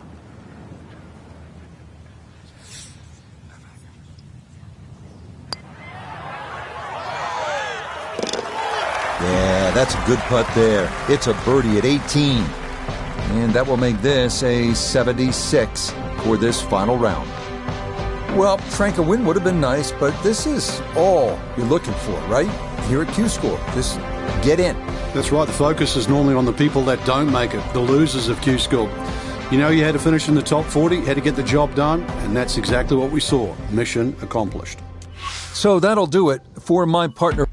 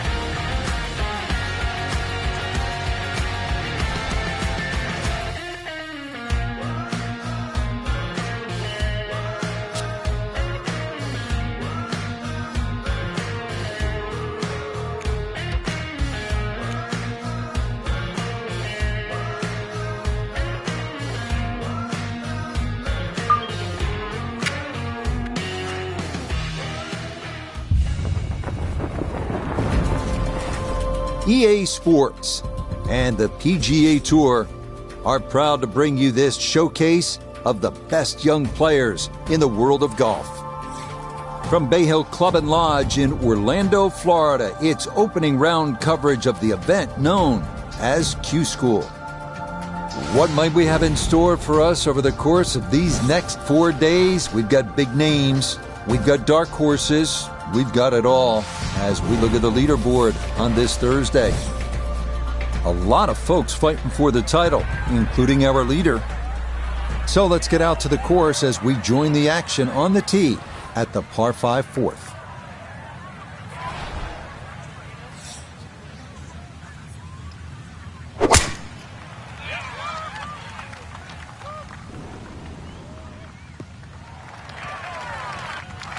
Just what you want at this point in the round. You're trying to find a rhythm, hit fairways, hit the middle of the club face. That's what they did right there.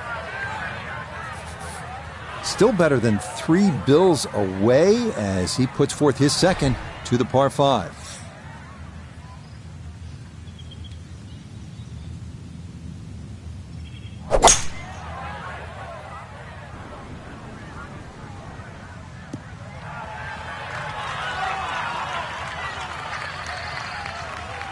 Well, just a good solid shot right there with that 3-wood, Frank. It's an aggressive layup, really, trying to force that 3-wood down and get it as close as possible to the green. That's 2 good shots if you can't reach the par 5.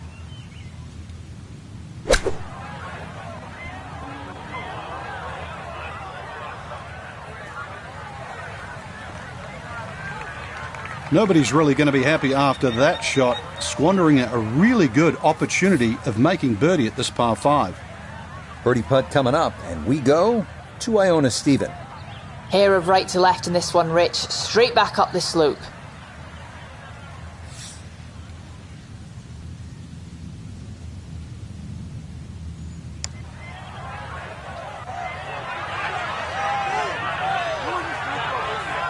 Frank, that's what you want to do. Good lag putt. Yeah, they can't all go in.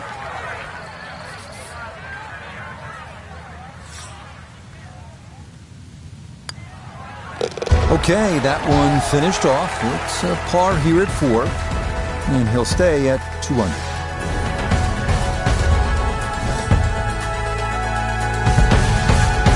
Now to the 5th hole. Off the tee, Frank, how do these fairway bunkers sort of factor into your mindset as you prepare to tee off? Well, if you watch the pros play on the Arnold Palmer Invitational, you see 2 different strategies here. Just an iron off the tee, give yourself a full shot in, or, well, if you're a longer hitter, take it over that bunker on the left.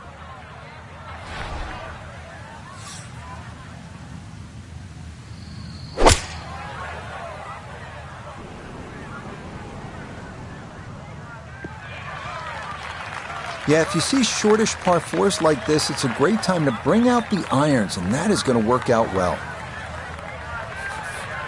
Frank, what about this approach shot here at the 5th? One of the few holes where you get a short iron in your hand for that second shot, but that green slopes away at about a 45-degree angle to the right, which makes distance control paramount here at 5.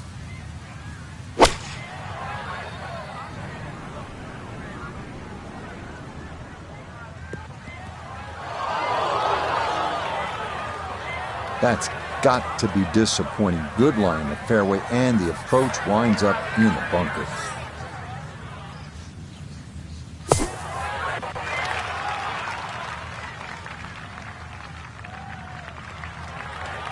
That is a good-looking pass out of the bunker right there. Got that to stop in a good place, leaving just a few feet for par.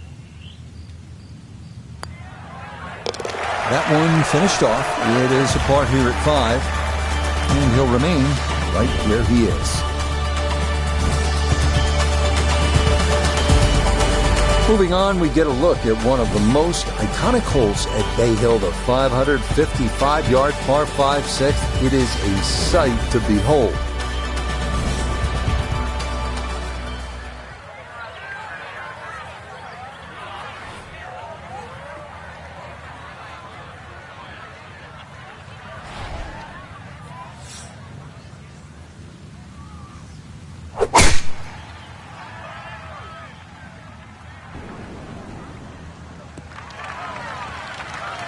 Yeah, that's a good shot. Not up there near the green like some folks we know, but a very solid drive here at 6.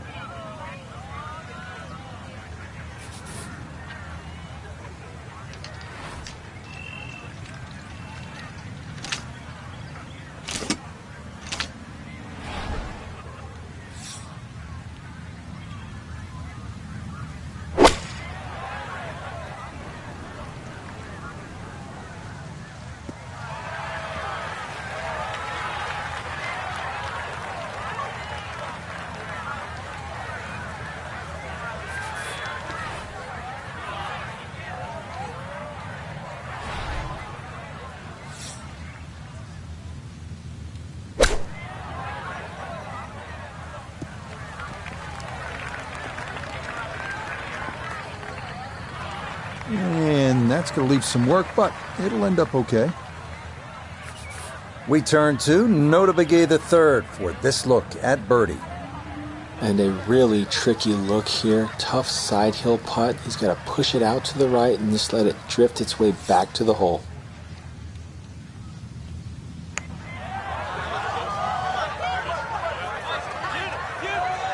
Boy, he left that short and he didn't have the break right.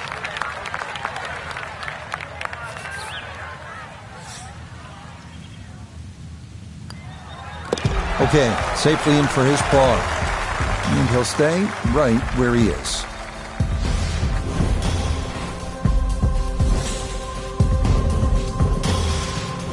You know, when the pros get up on a par 3 like this, they'll say very simply, this is a good par 3. And it is. It requires everything you have at 199 yards. Well-struck shot. That's all it's about.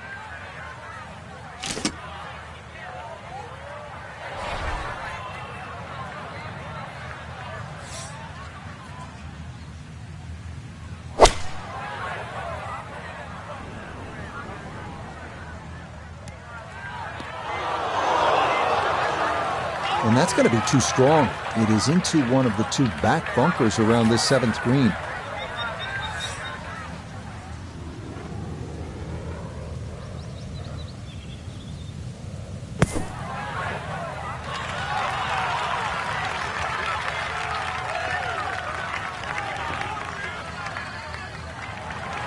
Safely out of the bunker, but still a little bit of work left. I think you'd like to see that a little closer.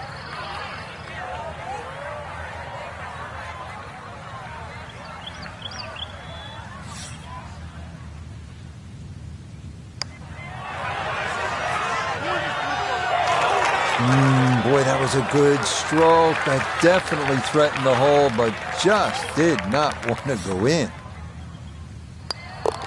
That one polished off for bogey, and that's going to move him back down to even par.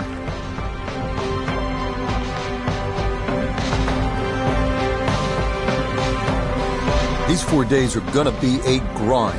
That's the nature of Q School. But day 1, Frank, it's in the books. Yeah, day 1 of 4, Rich, but, you know, it's cutthroat. It's basically pass or fail. There's nothing else.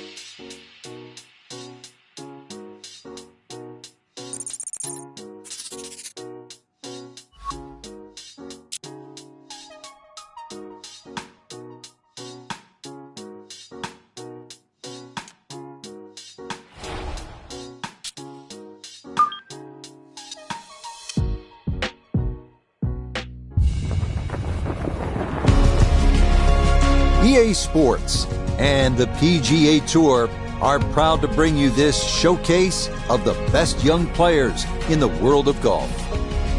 From Arnie's Place, Bay Hill Club and Lodge in Orlando, today it's second round coverage of Q School. Things starting to slowly take shape here on this Friday. For some, it is a race for the top prize. For others, it's a fight to stick around for the weekend as we show you the leaderboard. Some good names up there, including our leader. So let's get you out to the action on the turn as we head to the tee at the par 4 10th.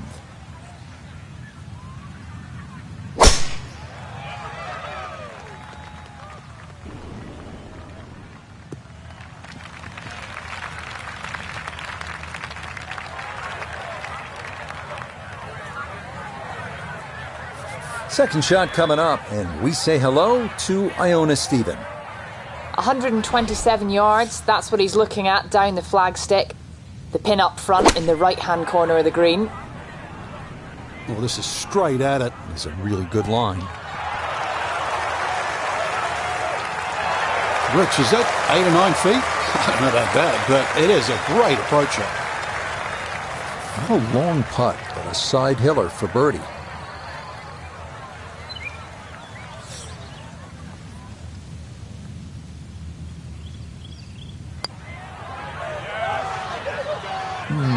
He'll say he should have made that.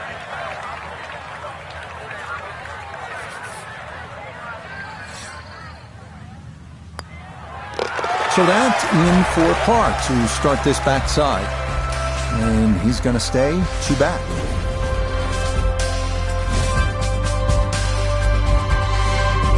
Now to the 11th with water left, bunkers on the right. Frank, what's the key here? Well, too often people just look at the scorecard and they go, well, it's over 400 yards, I have to hit driver. You don't have to hit driver at 11. Something in the fairway just short of that second bunker. And it sits up 6 or a 7 on.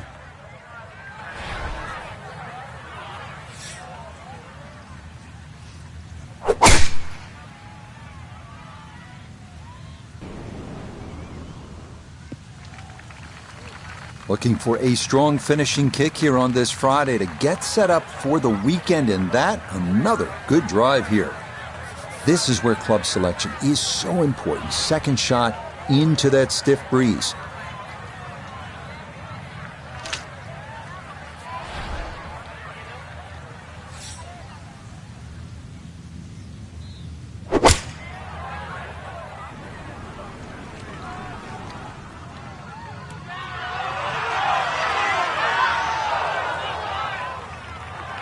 Just think about it. You got to cover nearly 2 football fields of distance and get it inside 5 feet. You wouldn't think that's possible. From 4 feet for birdie. Okay, that ball on line all the way. It's a birdie here at 11. And he's going to move to 4 under par, just 1 shot off the top spot. Teeing it up here on the 12th, 574-yard par 5, Frank. Another one that's reachable, obviously long and straight. That rough down the right side, though, is normally very thick. Avoid the 2 bunkers, lots of contours and undulations around this green.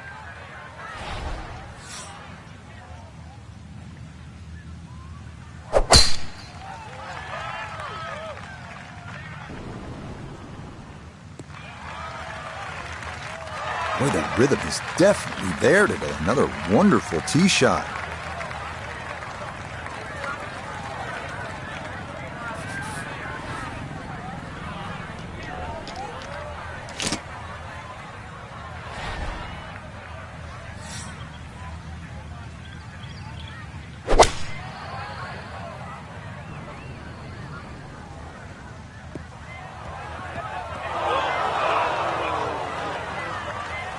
Oh, so close to being good, that second shot. But now, that tricky bunker shot.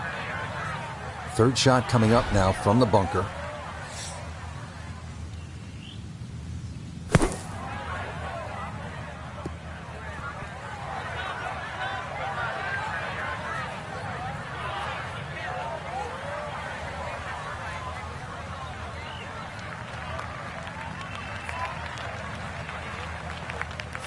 So now this from 65 feet away. It's for birdie.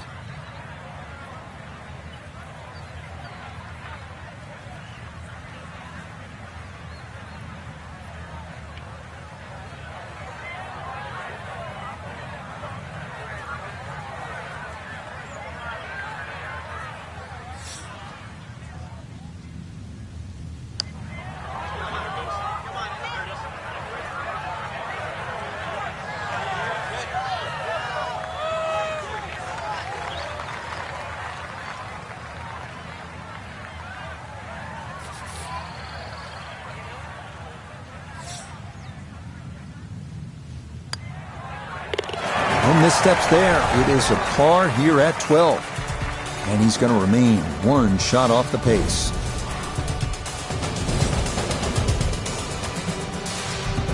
Frank, this is an interesting hole. It's a par 4 13th, and it isn't necessarily a driver off the tee. What are the options? Yeah, you break it down, 250 off the tee, leaves 120. There's nothing wrong with playing the hole that way.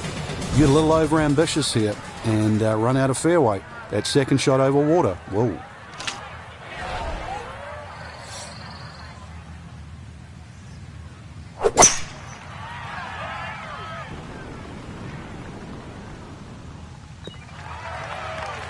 Looking for a strong finishing kick here on this Friday to get set up for the weekend, and that another good drive here.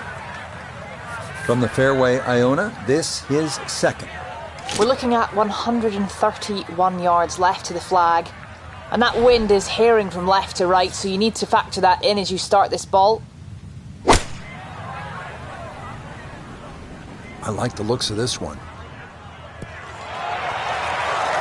It's been a beautiful round of golf today. It's been a clinic with the irons, and well, more evidence there. The swing, the strike, and look how close that is.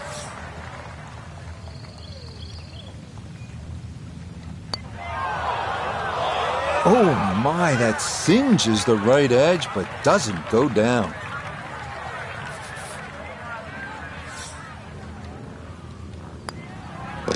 Okay, safely in for par here at 13. And he'll stay a couple of shots off the lead.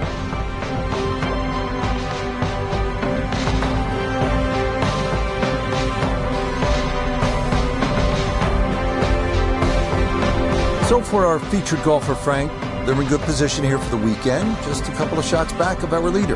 Basically, it's just birdie, bogey, and they're tied. I think that's the way we've got to look at it come tomorrow. So that's a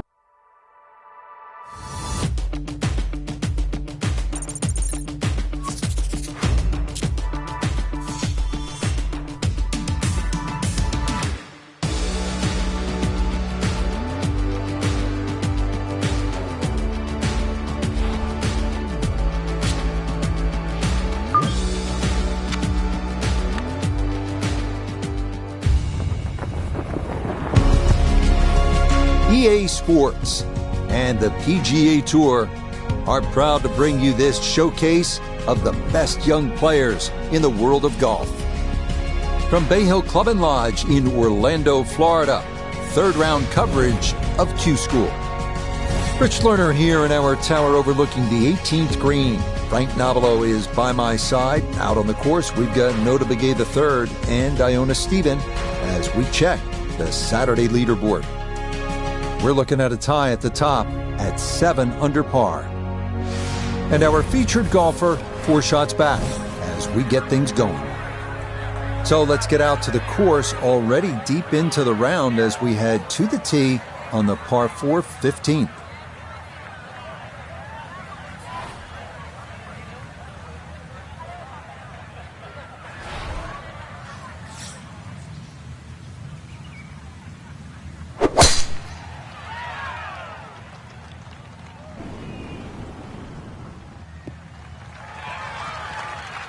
Well, you can't walk out and drop it any better than that. That is a fine tee shot right there.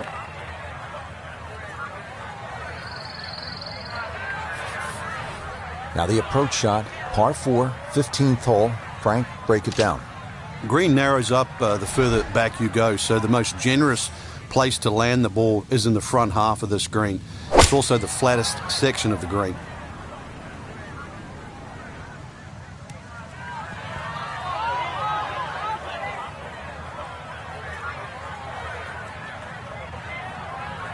Well, that one didn't work out. Didn't look bad in the air. It hit the green, but didn't sit. Yeah, it was never going to stop.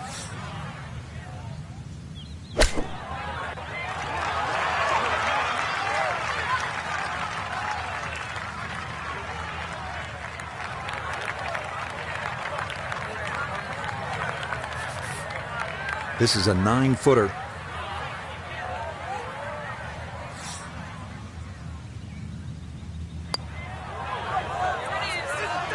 Oh, boy, you hate to give one back on a putt like that.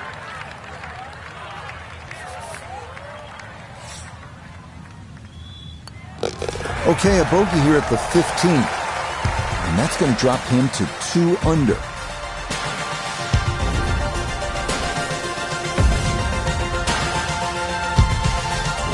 Well, we've seen it through the years. This 16th hole at 511 yards here at Bay Hill is one of the most exciting on the PGA Tour. Eagle is absolutely in play, but so too is 7 or worse.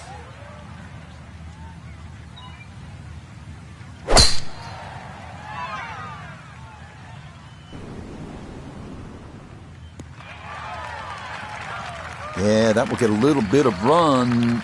That will be just fine.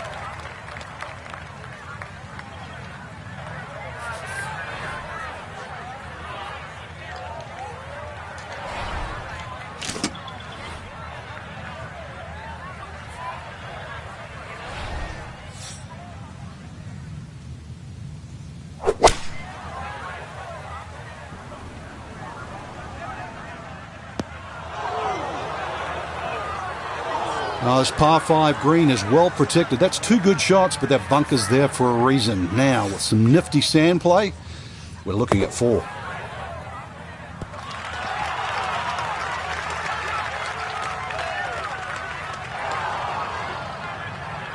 Oh, that is a good bunker play right there. Just a few feet left for a 4th. See if he can get this one to drop here at the 16th for a birdie. Well played there, a birdie here at 16. And he's going to get this to 3 under par.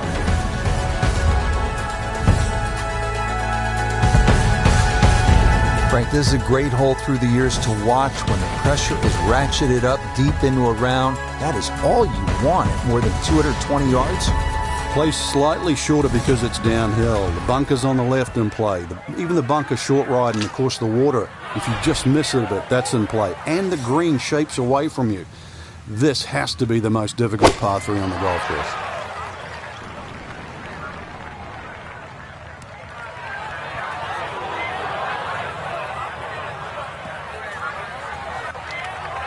That one was running so hot.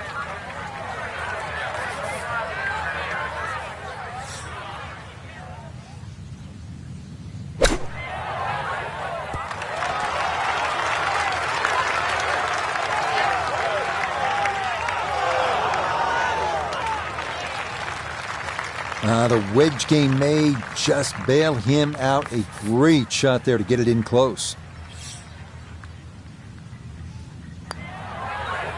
Okay, that one finished off for a par. And he'll stay at -3.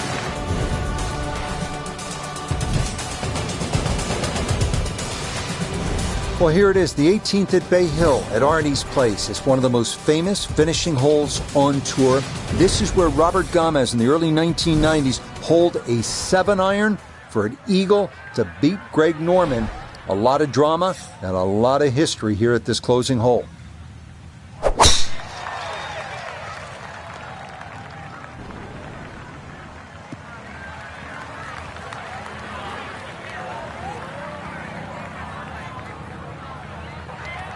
Smoked that tee shot. Can't believe it finished in the first cut. So no real problems here with the lie. It's his second from that first cut.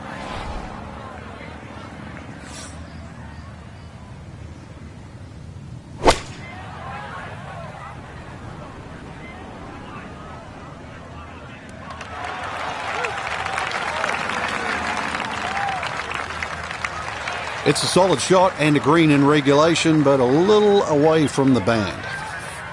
Let's bring in Nota Begay III for a look at birdie. This is a very straight putt, but it will be fast. So you got to be careful not to run this by if it wanders offline.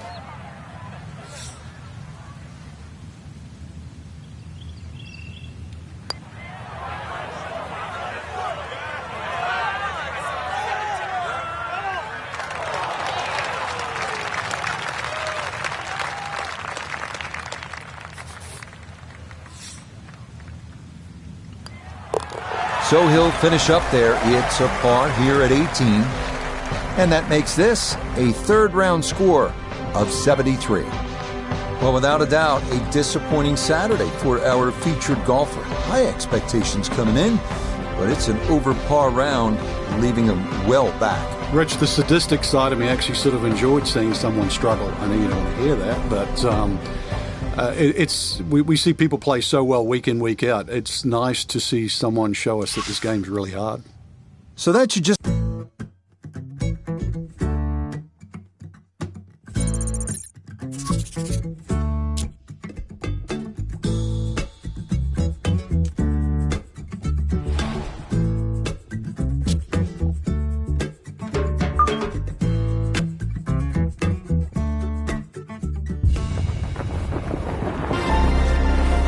EA Sports is proud to present continuing coverage of the world of golf. From Orlando, Florida, and Arnold Palmer's Bay Hill Club and Lodge, live final round coverage of Q School.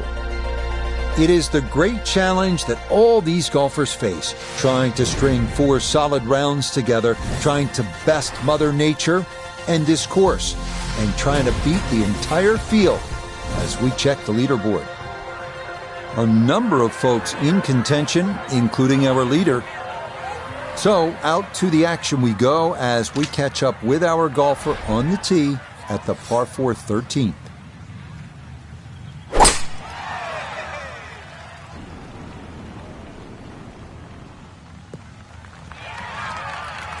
No issues here. That is into the fairway.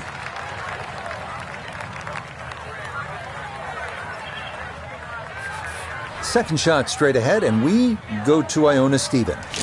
It's 125 yards left to the hole. pin back right so he can take an aggressive line.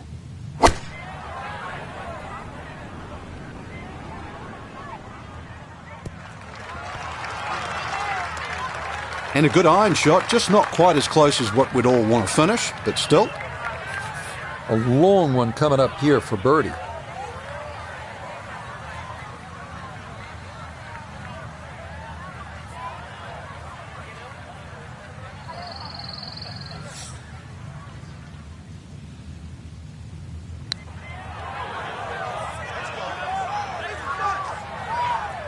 Yeah, that's a good putt from there. A little short, but not too bad.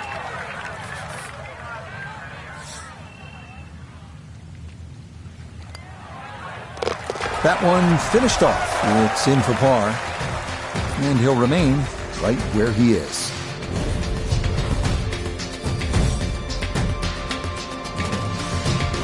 Frank, now to the 14th, a par 3, and how difficult is this hole?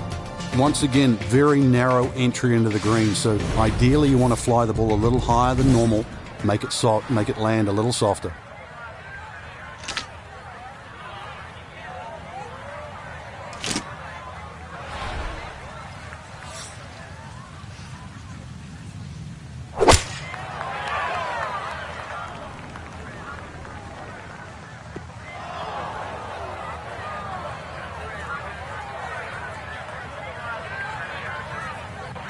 And that one not on the green, but not in a terrible spot either. Sitting up in the short grass.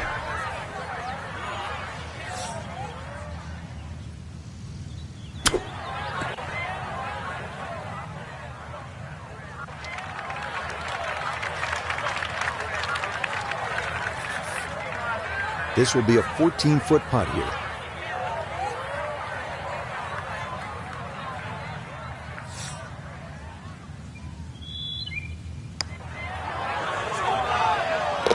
No, the putter bails him out there. That's in for a par.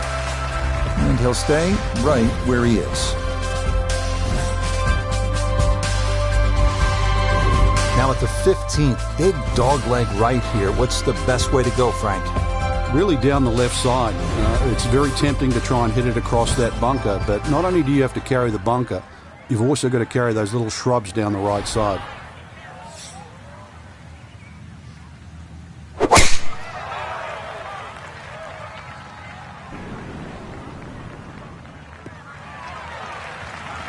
Yeah, nothing to fault there. Good balance, good follow through, and a good start to this hole.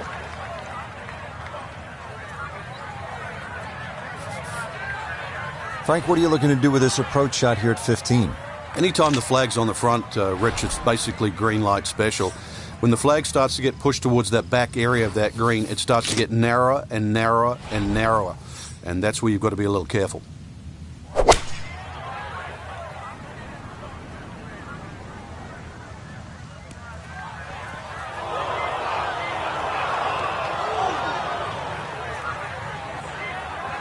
That just came out blazing. As soon as it hit the green, it was never going to stop. And an awkward little bunker shot. Just splash it out, let the ball run towards the flag.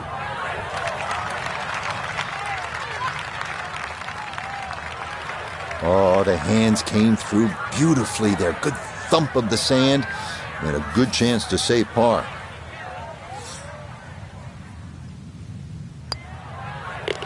Okay, a solid par here at the 15th.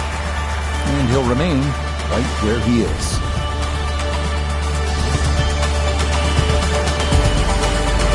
We enter the final stretch with a 511-yard par 5, 16th, tree and bunker trouble to the right. OB to the left is reachable in too, but water in front of the green will punish the mishits.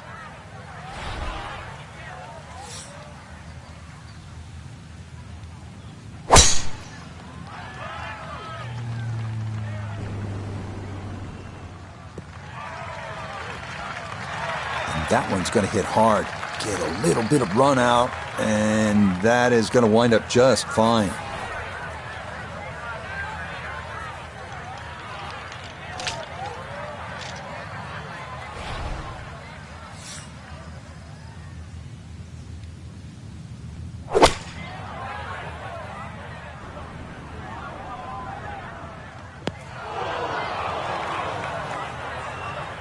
That second shot got all the way down by the green, but in the bunker. So we'll have to see what the explosion shot can do from here. Really need a birdie right now.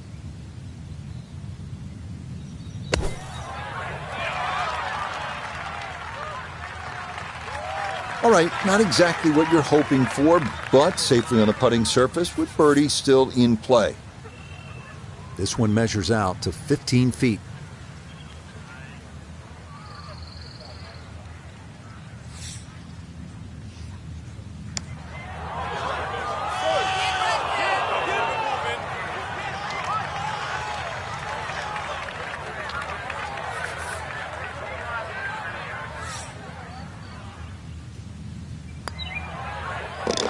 Okay, didn't want to let that one get away. It is a par here at 16, and he'll stay right where he is. Frank, deep into a round, par 3 17, water, bunkers, long shot. What are you thinking as you're stepping on this tee? You just take 3 and move to 18.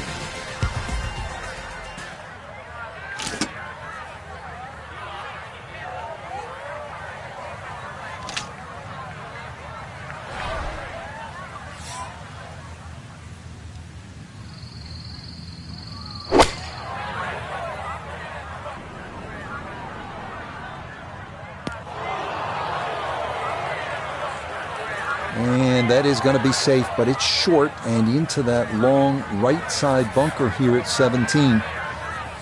Now from the bunker. Yeah, just a little splash out on this par 3.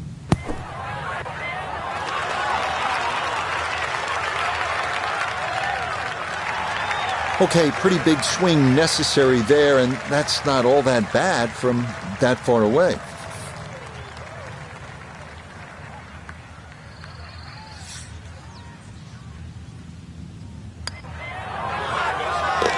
Yeah, that's a good putt. It is in for par here at 17. And he'll remain right where he is.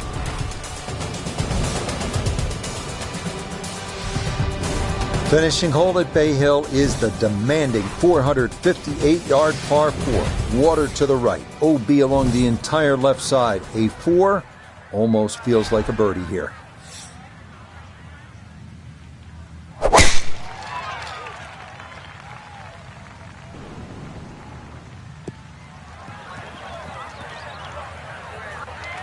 And that tee shot finds the first cut. But really, with that second shot, it shouldn't be too much of a problem. So now from that first cut, his second to the par 4.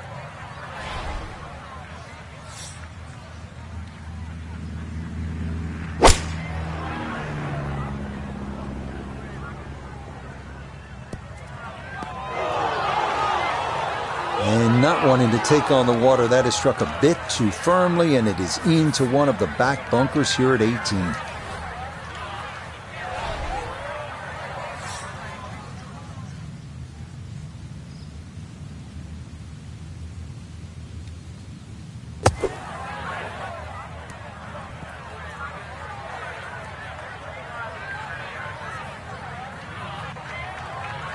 And that is out of the bunker, but not actually on the green, so a tough one coming up.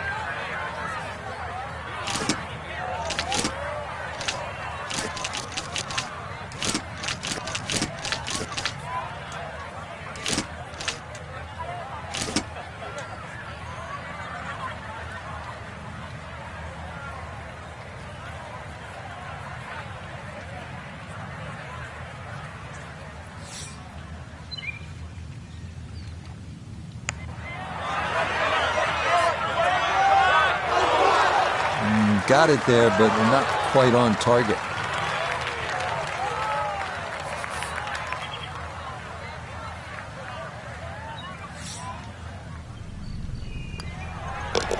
Okay, a shake of the head as that one is finished off. And he'll fall back to 1 under par. Frank, always nice to test yourself at one of the game's great venues, the Bay Hill Club and Lodge. What a day. Yeah, and you know you've played a golf course where the PGA Tour has visited for so many years. So you, like the best players in the world, great opportunity to test your skills. For Frank Nobilo and all of us here at EA Sports, I'm Rich Lerner saying so long.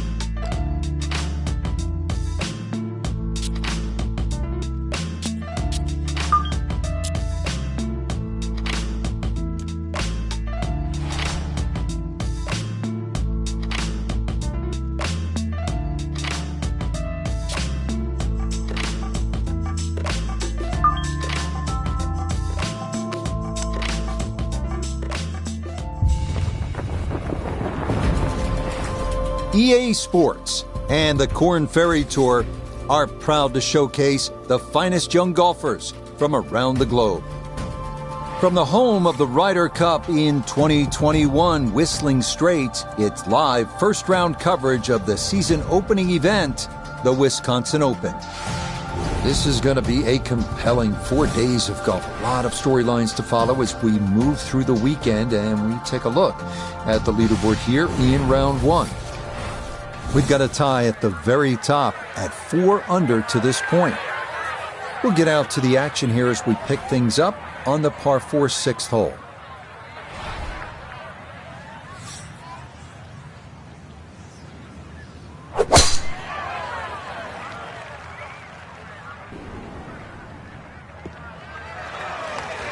That one gonna split the middle, maybe get a little rollout as well. That is a good, solid tee shot.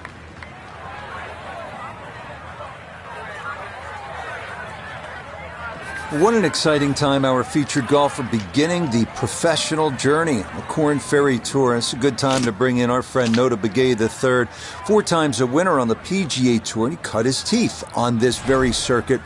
Nota, what do you remember about that time? And I have a sneaking suspicion one round in particular is going to pop into your mind. Well, Rich, it's a great memory for me. Shot the first 59 in the history of the Korn Ferry Tour, which is a huge positive memory in my mind. And what it did tell me in terms of my career and what it meant moving forward was the fact that you have to go out and you have to be aggressive. You have to make birdies and you have to shoot low scores. There's no laying up on the Korn Ferry Tour if you want to take that next big step to the big show. Now this putt from 23 feet.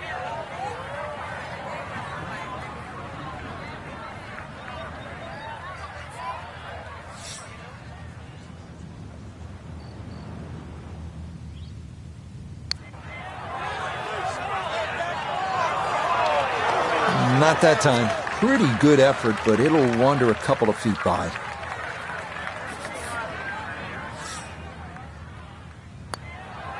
Okay, it's a bogey here at number 6. And he'll drop back to 1 over par.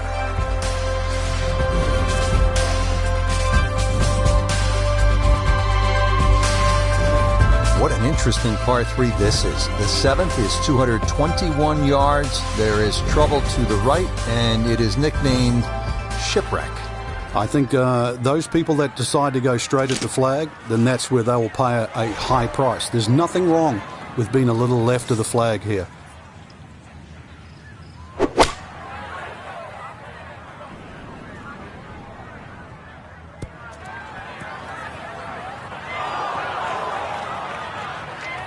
Okay, that's going to make its way into that rough to the left, but this shouldn't be all that difficult.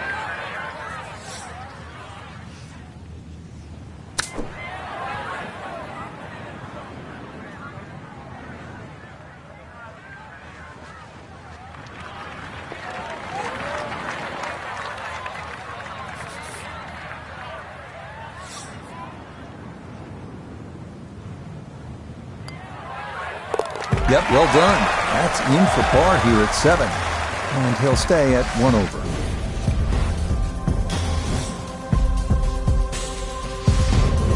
This one have enough going on for you? 506 yards, and it's a par 4 this 8th hole. Count them. There are more than 100 bunkers on this hole. So what you need to do is favor the left side, because if you don't, there is that steep drop-off right into Lake Michigan, all those dunes, all those bunkers on the right. Focus. Focus. Yeah, that's a nice swing, and the result is going to be a tee shot that is set up just fine.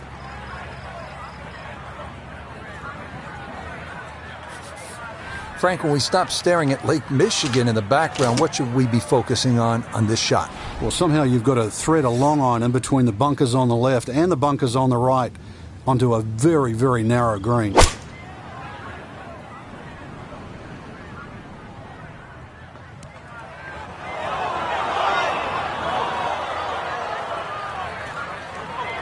That's got to be disappointing. Good line in the fairway, and the approach winds up in the bunker.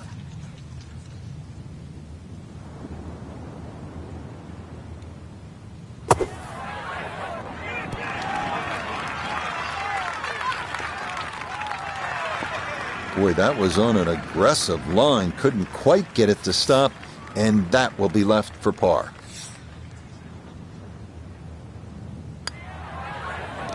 Okay, good roll there. It is a par here at the 8th, and he'll stay right where he is.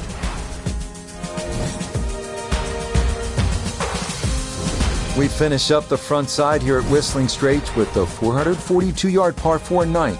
Fairway tends to funnel the tee shot toward the middle, but if you're too far to the right, a large tree about 100 yards short of the green could block your approach.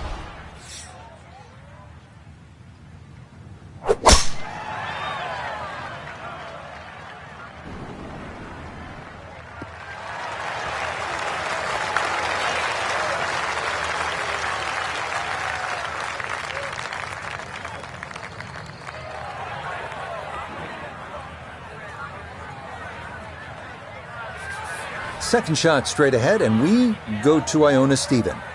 And it is a tough par 4 to finish this front 9. Being in this section of the fairway has opened up the green nicely, but beware of 7 Mile Creek that snakes its way down the right-hand side. Well, he'll be disappointed with that, no doubt. The swing didn't quite look right on that one.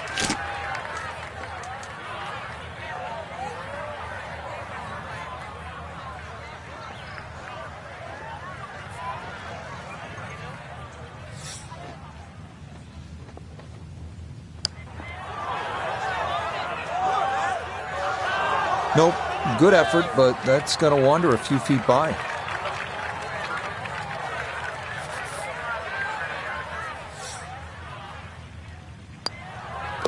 And that in safely for his par to keep him at +1 for his round.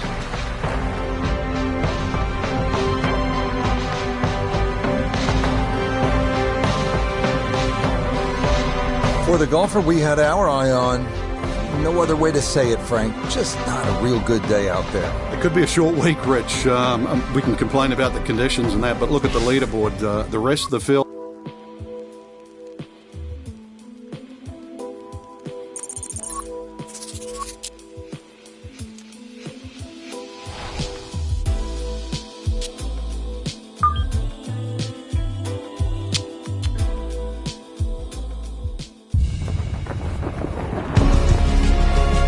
EA Sports and the Korn Ferry Tour are proud to feature some of the best young talent in the world of golf.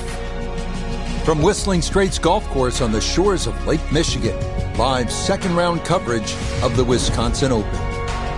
But if we see more of what we witnessed yesterday, we're in for a heck of a battle these next 3 days as we show you the current leaderboard here on this Friday. A lot of folks fighting for the title, including our leader.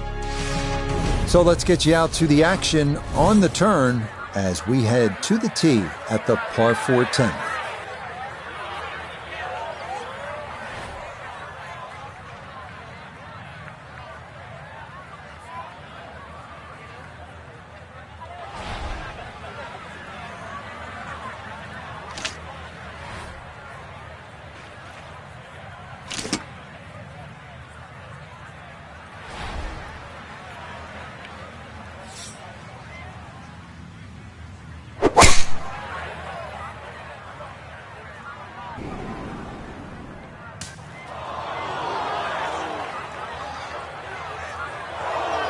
And that, I do believe, is into the bunker. A lot to worry about here as he digs in for his second.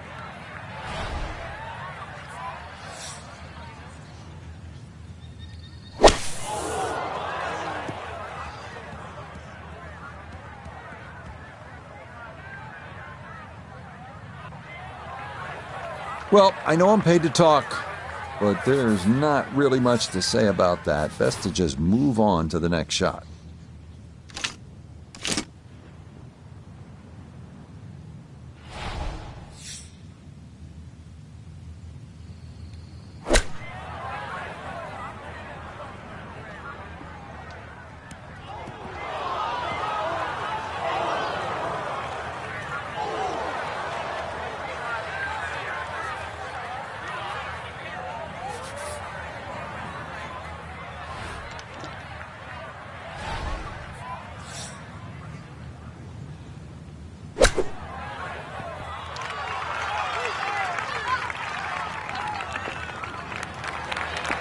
Okay, not a bad recovery from out of the sand, and a chance, maybe, to limit the damage to one drop shot.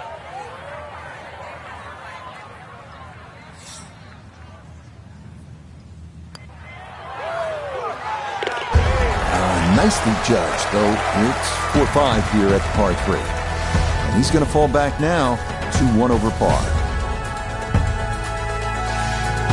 Well, Frank, the 11th here at Whistling Straits is a monster par 5. They call it sandbox, but it is not exactly child's play, is it?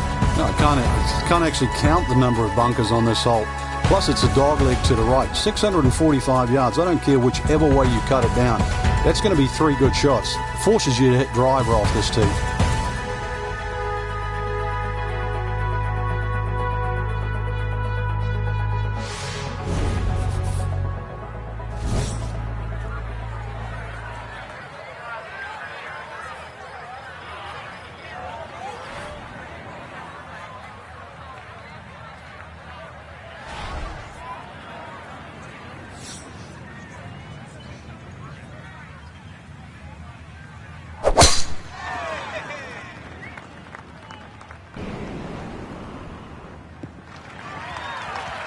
No problems there. That's going to wind up safely in the fairway.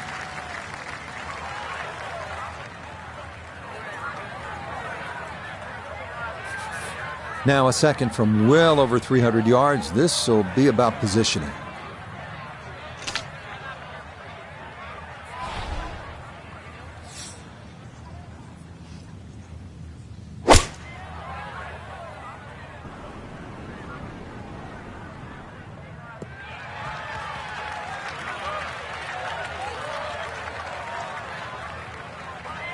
All right, I know it's not the highlight shot, getting home on the par 5 and 2, but maybe it's a smart shot. Probably going to have to hit one more club here, Frank. Little bit uphill.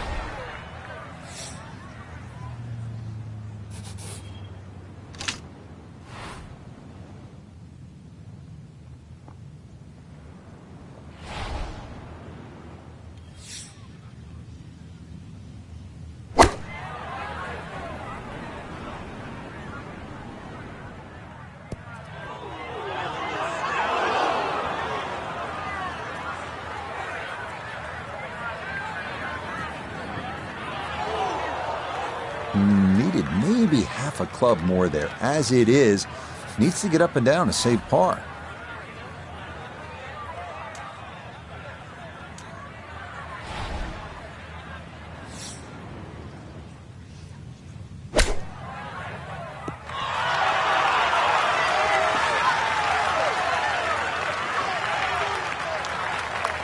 A nice shot and a good chance for a par. The statistics on the PGA Tour show that from 8 feet, you make 50% of your putts.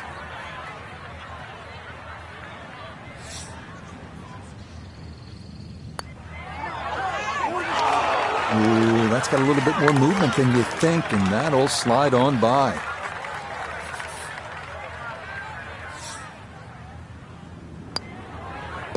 Safely in. He hits a bogey here at number 11. And that's going to move him back to 2 over par.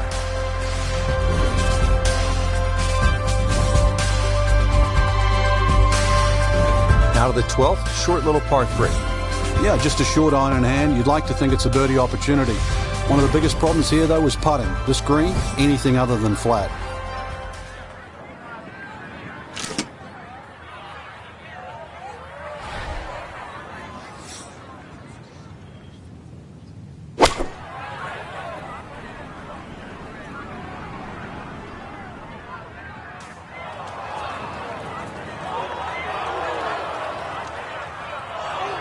That is always so disappointing from that kind of a spot when you come up short.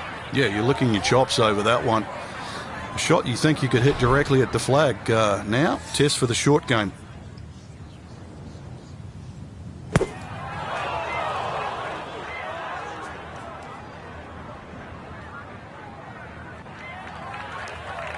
Well, gonna get a chance to try that again. Digs into the bunker, getting set to play the 3rd shot.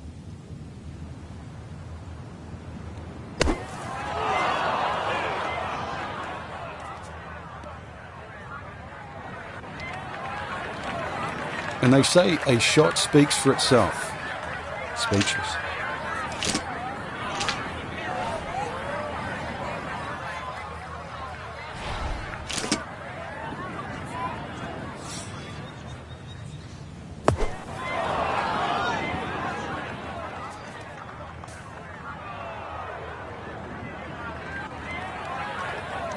More troubles. Not a great shot at all. Set from the bunker. This is 5th shot. Just a short bunker shot. So open your feet up, open the club face up, little splash out.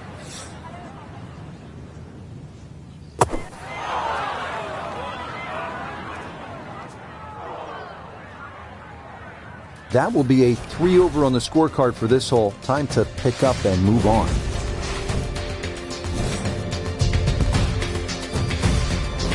Frank, here at the 13th, it's pretty obvious where the trouble is. Yeah, all right, that's for sure, plus Lake Michigan there if you go even further right. But at 402 yards, don't have to hit driver down here. Even a 3-wood and a wedge would get you home here. So remember, fairway first, then set up a scoring chance.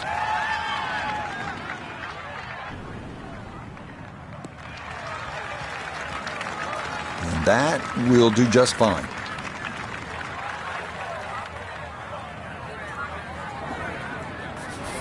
Walking the course today, let's bring in Nota Begay III. 160 gets him to the hole. Pin is very accessible here, right in the center of the green.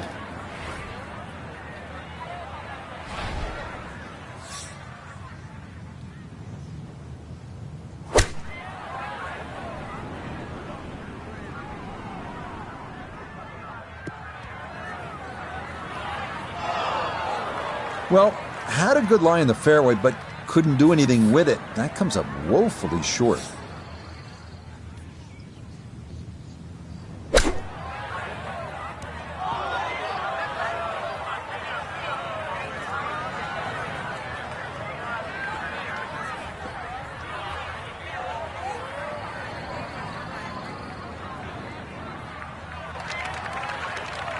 Oh boy, far from a good shot that.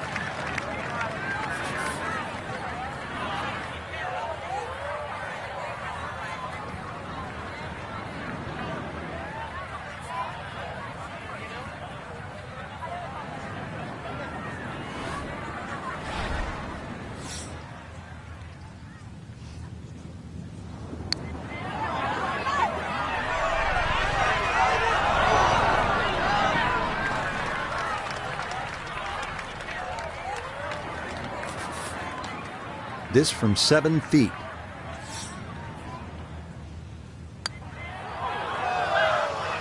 Might have stared at that one too long.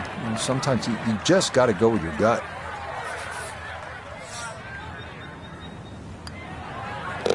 All right, that's in for a double bogey 6.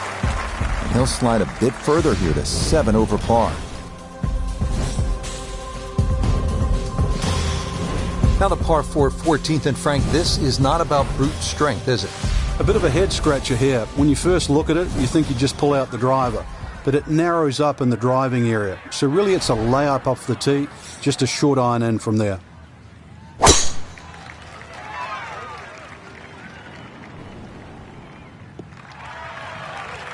That's a good tee shot down the right side. The flag's a little tight on the right, so you might have to have a little think about this one. He needs to be mindful of the breeze here as he sets for a second.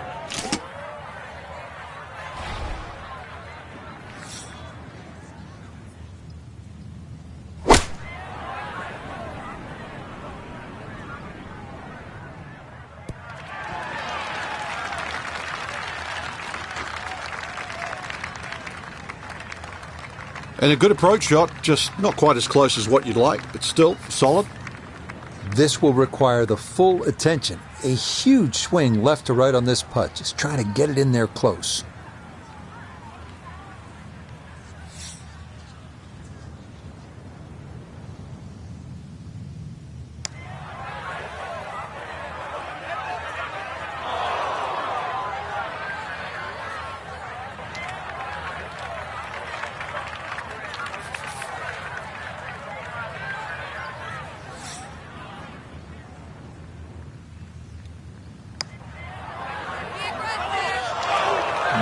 Not quite on line, and that'll drift a couple feet by.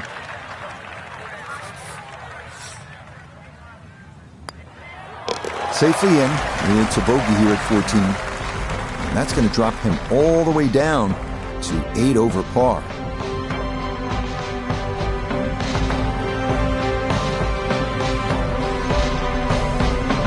So, Frank, this a very difficult Friday for our featured golfer. Nothing seemed to go right.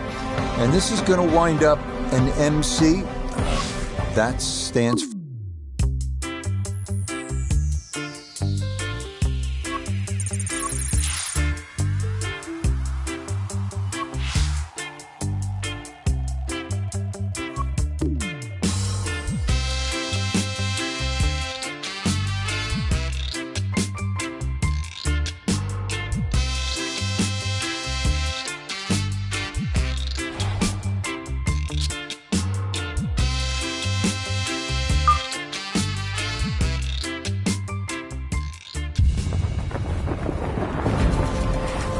EA Sports and the Korn Ferry Tour are proud to showcase the finest young golfers from around the globe. From Wolf Creek Golf Club in Mesquite, Nevada, live opening round coverage of the Desert Championship. What might we have in store for us over the course of these next 4 days? We've got big names, we've got dark horses, we've got it all as we look at the leaderboard on this Thursday. We've got a tie at the top at 3 under par. Let's get out to the play as we pick things up at the par 4-7.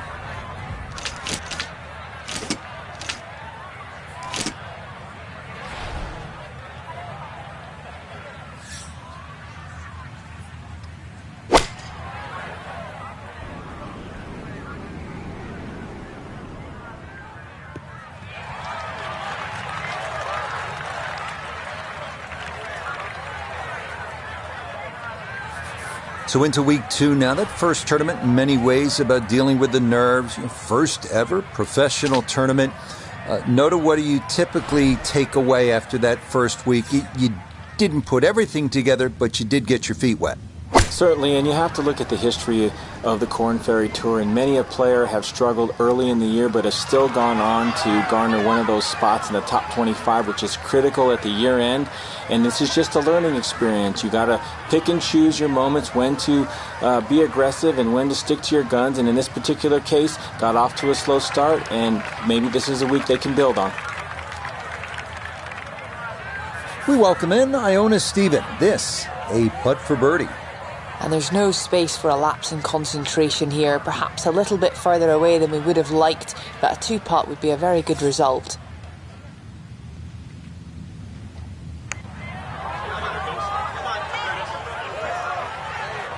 That's always painful. Just another couple of rolls and it drops. 8-foot putt here.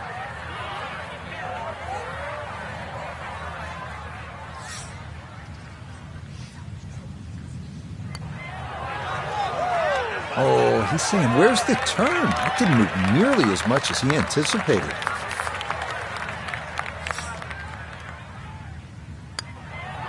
That one in. It is a bogey here at the 7th. And he's going to fall out of red figures, back down to even par.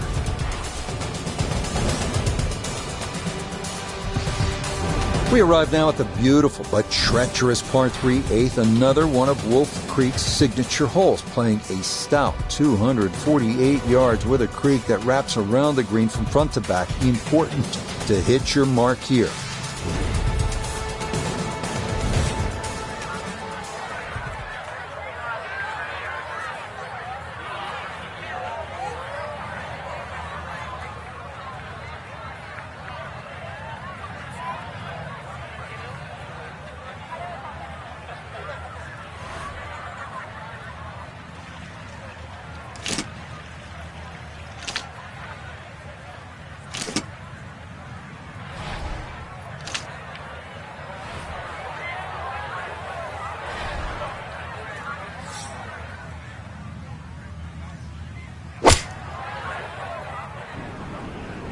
Oh, this is going to flirt with danger left. Yeah, not sure if that was a mishit or just a miscalculation, but that comes up well short and is into the hazard. Okay, so the drop made, and this will become his 3rd at the par 3.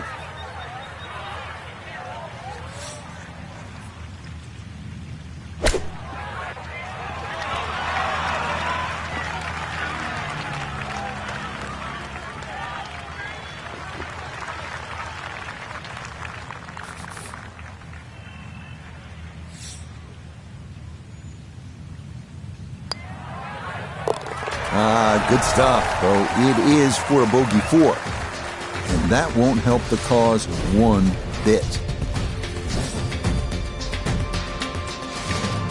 This is a good one to close out the front side. 390 yards, a par 4. Yeah, you can hit the big one and just air it out.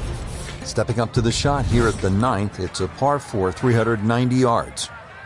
It is anything other than straight off the tee because of all these sort of undulations and curvature on the fairway. You'd think well bunkered, but the last bunker on the right side there, longer hitters, they can nearly fly that, just over 300 yards. Either that, shorter hitter just play to that fat area of the green. That'll be sort of some, 270 yards. That will take all the water out of play into a green that slopes back at you. So very good chance, even with a wedge in hand, to get the ball close. A good way to finish the front 9.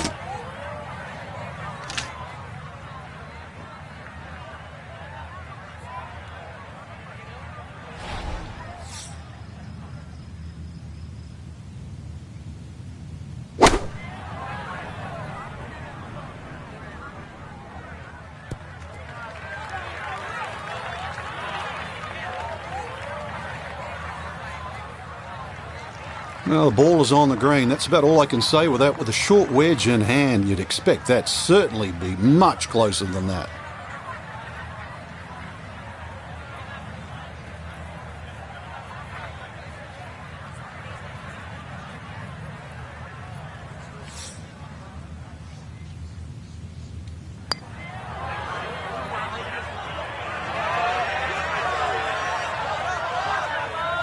Those are painful when you come up that short of the hole.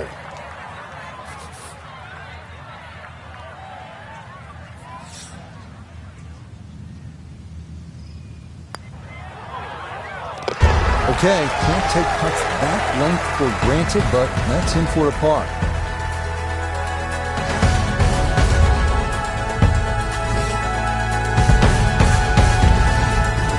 There's a lot happening on this par 4 10th at 472 yards, though it is one of the few flat tee shots here at Wolf Creek. You can see there are bunkers and a lake on the left and then the brush on the right. So you want to get this ball in play. That's important.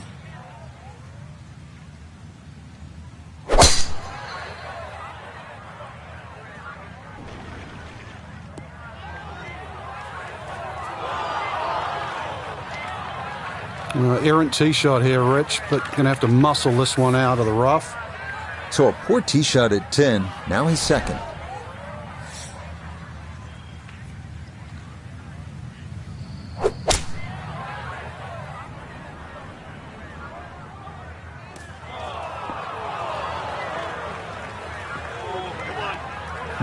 From the rough into the bunker, or the frying pan into the fire. Sometimes mistakes, they just have a way of compounding themselves.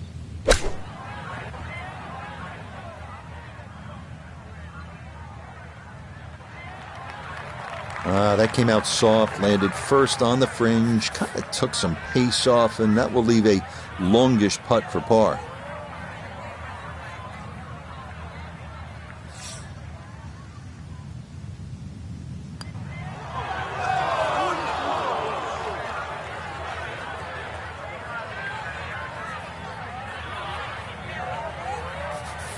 This is a 9-footer.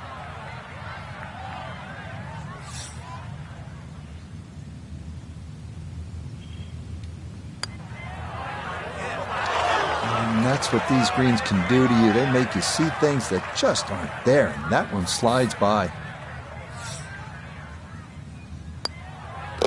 Okay, finished off there for double bogey. And that's going to drop him down the leaderboard just a bit.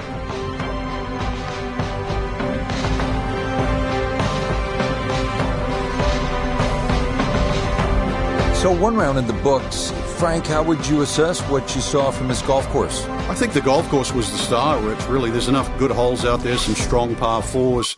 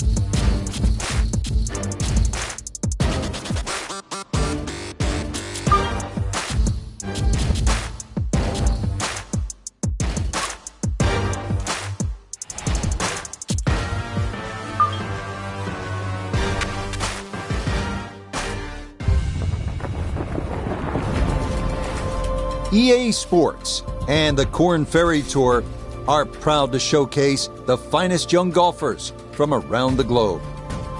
From the home of 3 major championships, Riviera Country Club, it's live opening round coverage of the California Classic. This is going to be a compelling 4 days of golf. A lot of storylines to follow as we move through the weekend, and we take a look at the leaderboard here in round 1. We've got a tie at the top. So let's get out to the course, already deep into the round as we head to the tee on the par 4 15th.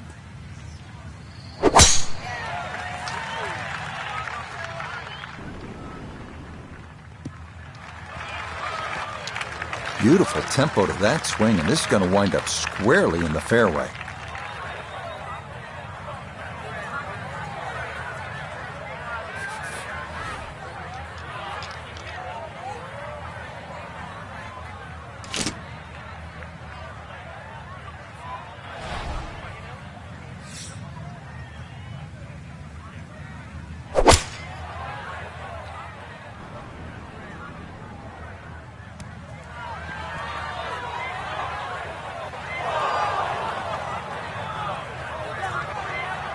Well, had a good look at the green, but couldn't cash it in. In the rough now, wondering what might have been.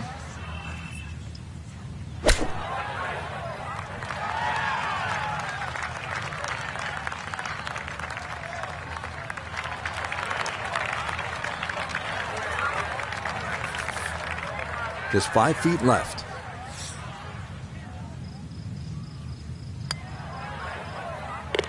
Yeah, good putt. That's in for par here at 15, and he'll remain at 1 under par.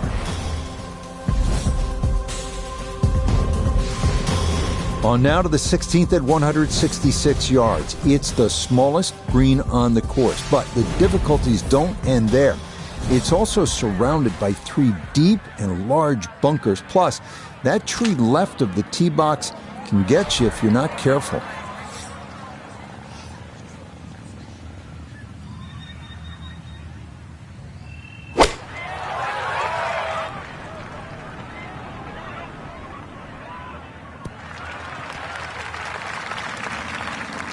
Solid shot, and sometimes solid throughout the round, will win the day.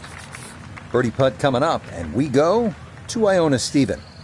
Just slightly down the hill this one, but it's going to have a good amount of movement from right to left.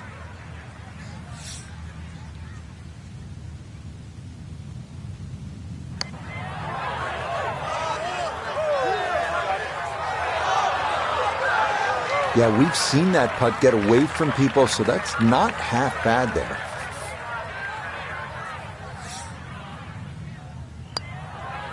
Okay, that'll be a par here at 16, and he'll remain in red figures at 1 under.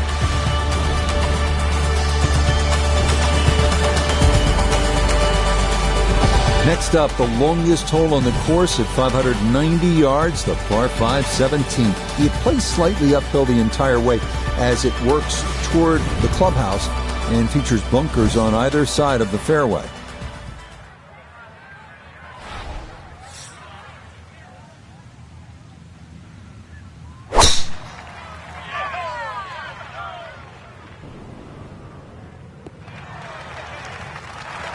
Just what you want at this point in the round. You're trying to find a rhythm, hit fairways, hit the middle of the club face. That's what they did right there. Still well over 300 yards to the flag, so getting this to a good number, the key here for his second.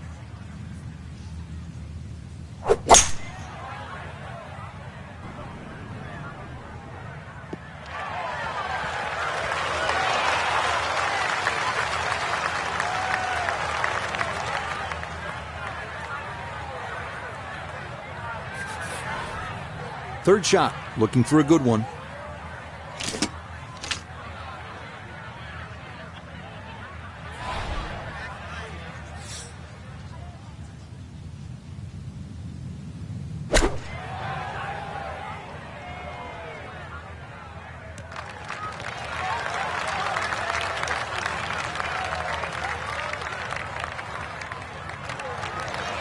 That's a head scratcher. That approach shot from relatively close in. I would have been looking at 10 to 15 feet.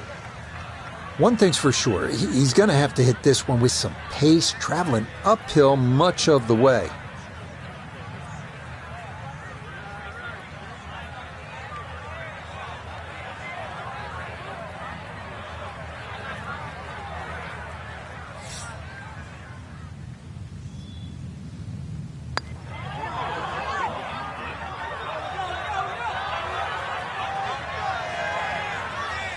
Yeah, on putts this long, so hard to gauge the speed. And that's maybe about what you'd expect from about 8 feet.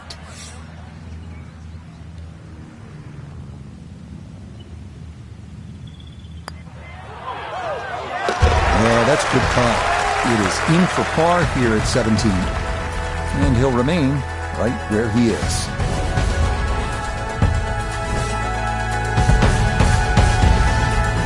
Such a unique closing hole. The 18th here at Riviera at 475 yards. You're asked to hit your tee shot onto a 30-foot rise that features hillside to the left and gully to the right. From there, it is a tough approach into the amphitheater green.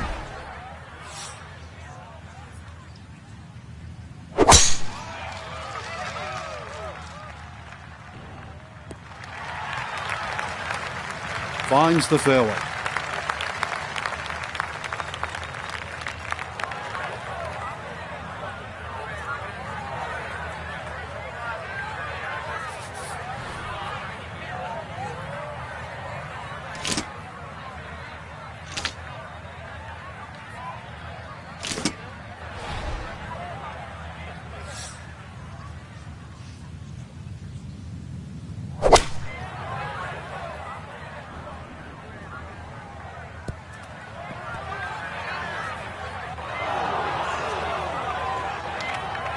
Certainly had enough power, just didn't have any touch.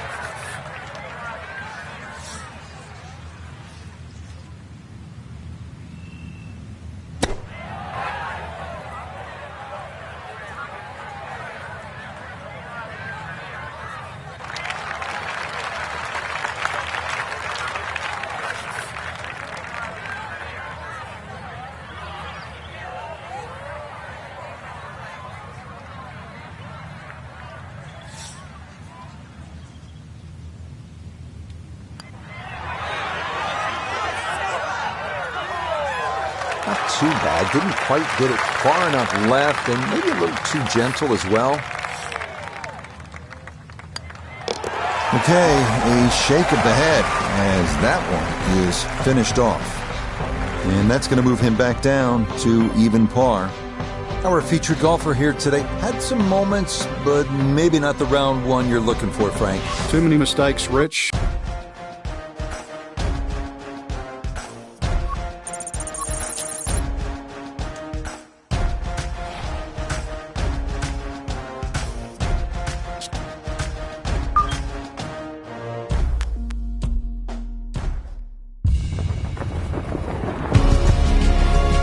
EA Sports and the Korn Ferry Tour are proud to feature some of the best young talent in the world of golf. From Pacific Palisades, California and historic Riviera Country Club, live second round coverage of the California Classic. Things starting to slowly take shape here on this Friday. For some, it is a race for the top prize. For others, it's a fight to stick around for the weekend as we show you the leaderboard. We've currently got a tie at the top at 5 under par. So out to the action we go as we catch up with our golfer on the tee at the par 4 13th. Gotta think this an extra half club or more as he sets for a second into the wind.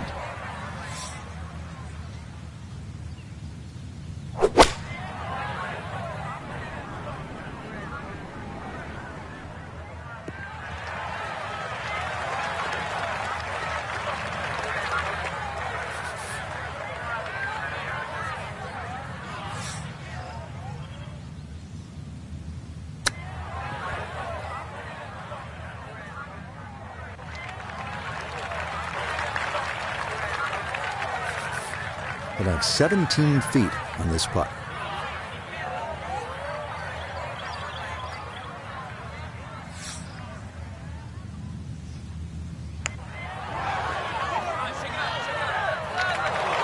Good effort, but that'll run 2-3 feet past the hole.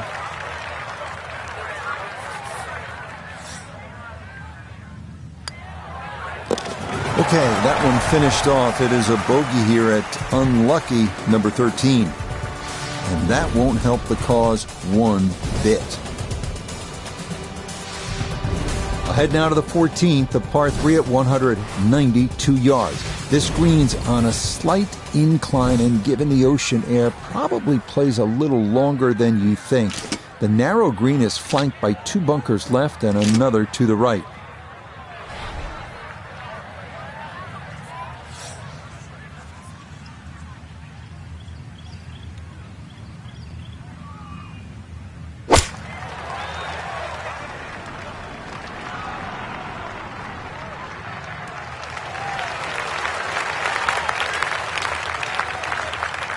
Okay, he throws that one in there pin high, a bit to the right, and he'll have that for his birdie. We turn to Nota Begay III for this look at birdie. And these are the putts he hasn't been able to do much with all day. This doesn't have a whole lot of movement to it, and he could surely use it.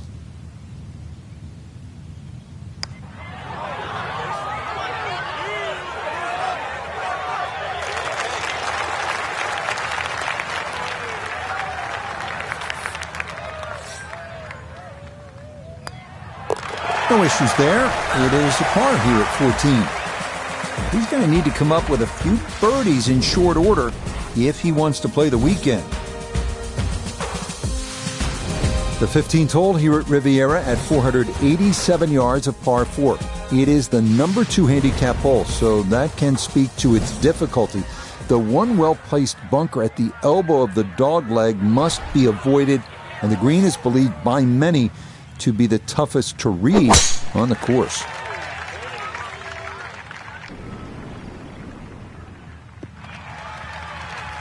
Well, you can't walk out and drop it any better than that. That is a fine tee shot right there.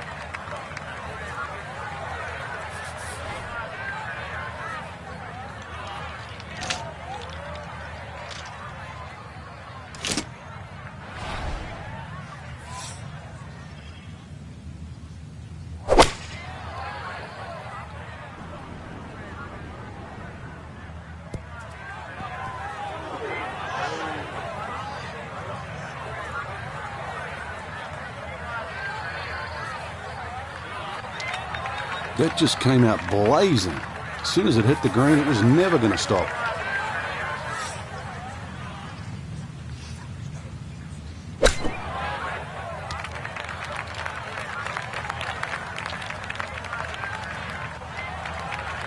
The strike was fine on the pitch shot. Ball first, then turf. Just wasn't really hit hard enough.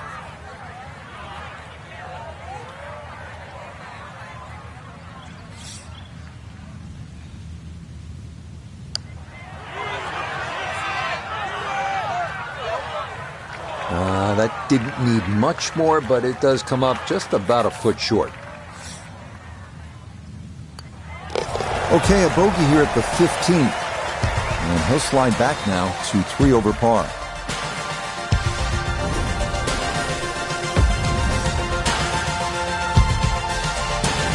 The 16th hole at Riviera, the final par 3 of the round. It's a tough one at 166 yards. Hit it anywhere on the putting surface, you'll likely be just fine. Miss, and you're almost certain to be in one of the 4 bunkers framing the entirety of the green.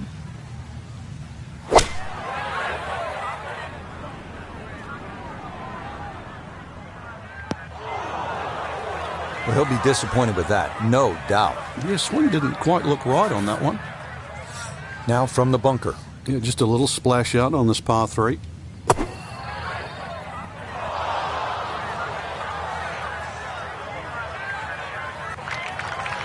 Yeah, look how quick that was. Very difficult to get that to stop, even out of the sand, and that race is right on by.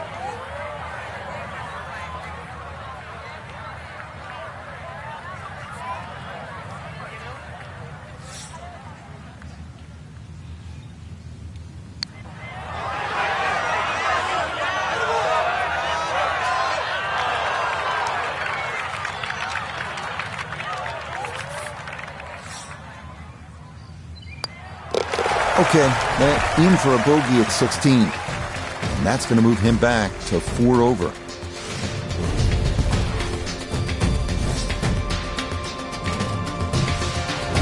We make our final turn back up toward the clubhouse as we come to the 590-yard par 5 17th. Getting on here in 2 is no sure thing, especially given all the bunkers that pop up along the way.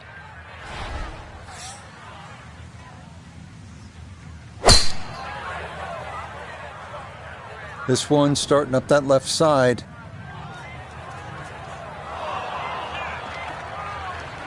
Wayward from the tee, and this one is headed for the rough, Frank.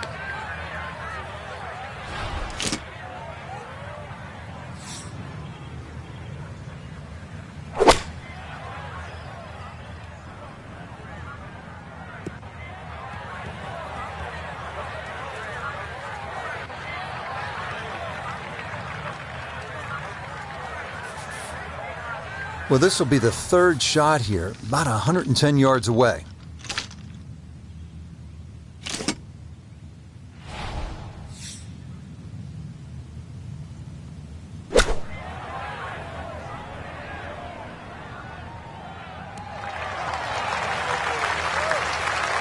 Well, not super close, but safely on the green.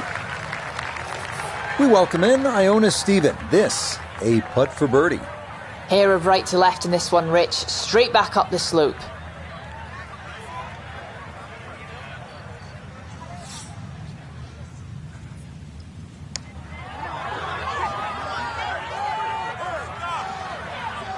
No, didn't quite give that enough.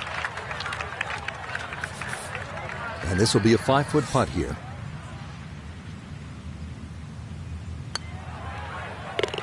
Nicely done as he rolls that in for his par. And he'll remain at +4.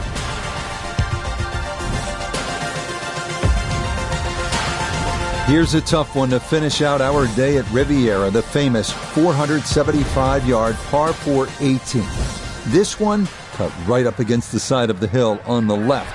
You'll need to keep something in the fairway here to have a good approach into that renowned 18th green.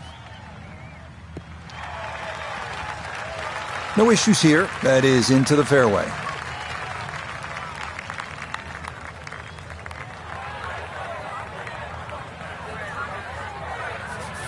From the fairway, we check in with Noda. Tough not to get distracted with the majestic amphitheater setting here at the 18th at Riviera, but be mindful, you must land the ball left of the hole to get it close.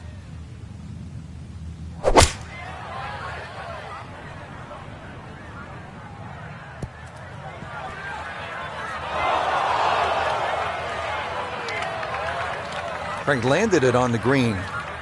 It was never going to stop. No chance.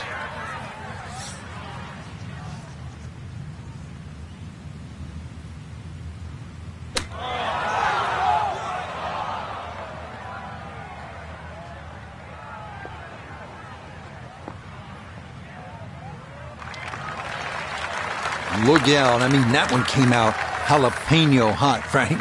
Using all the real estate, and now really got the work cut out to get down in 2 putts.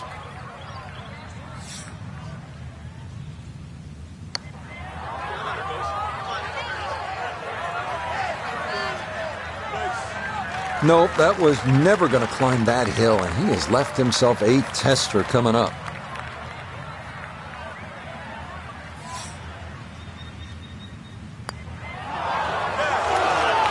This hole really taking its toll now.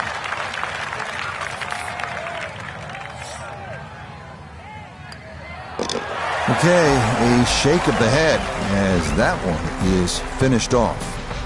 And that's going to drop him back down to 6 over.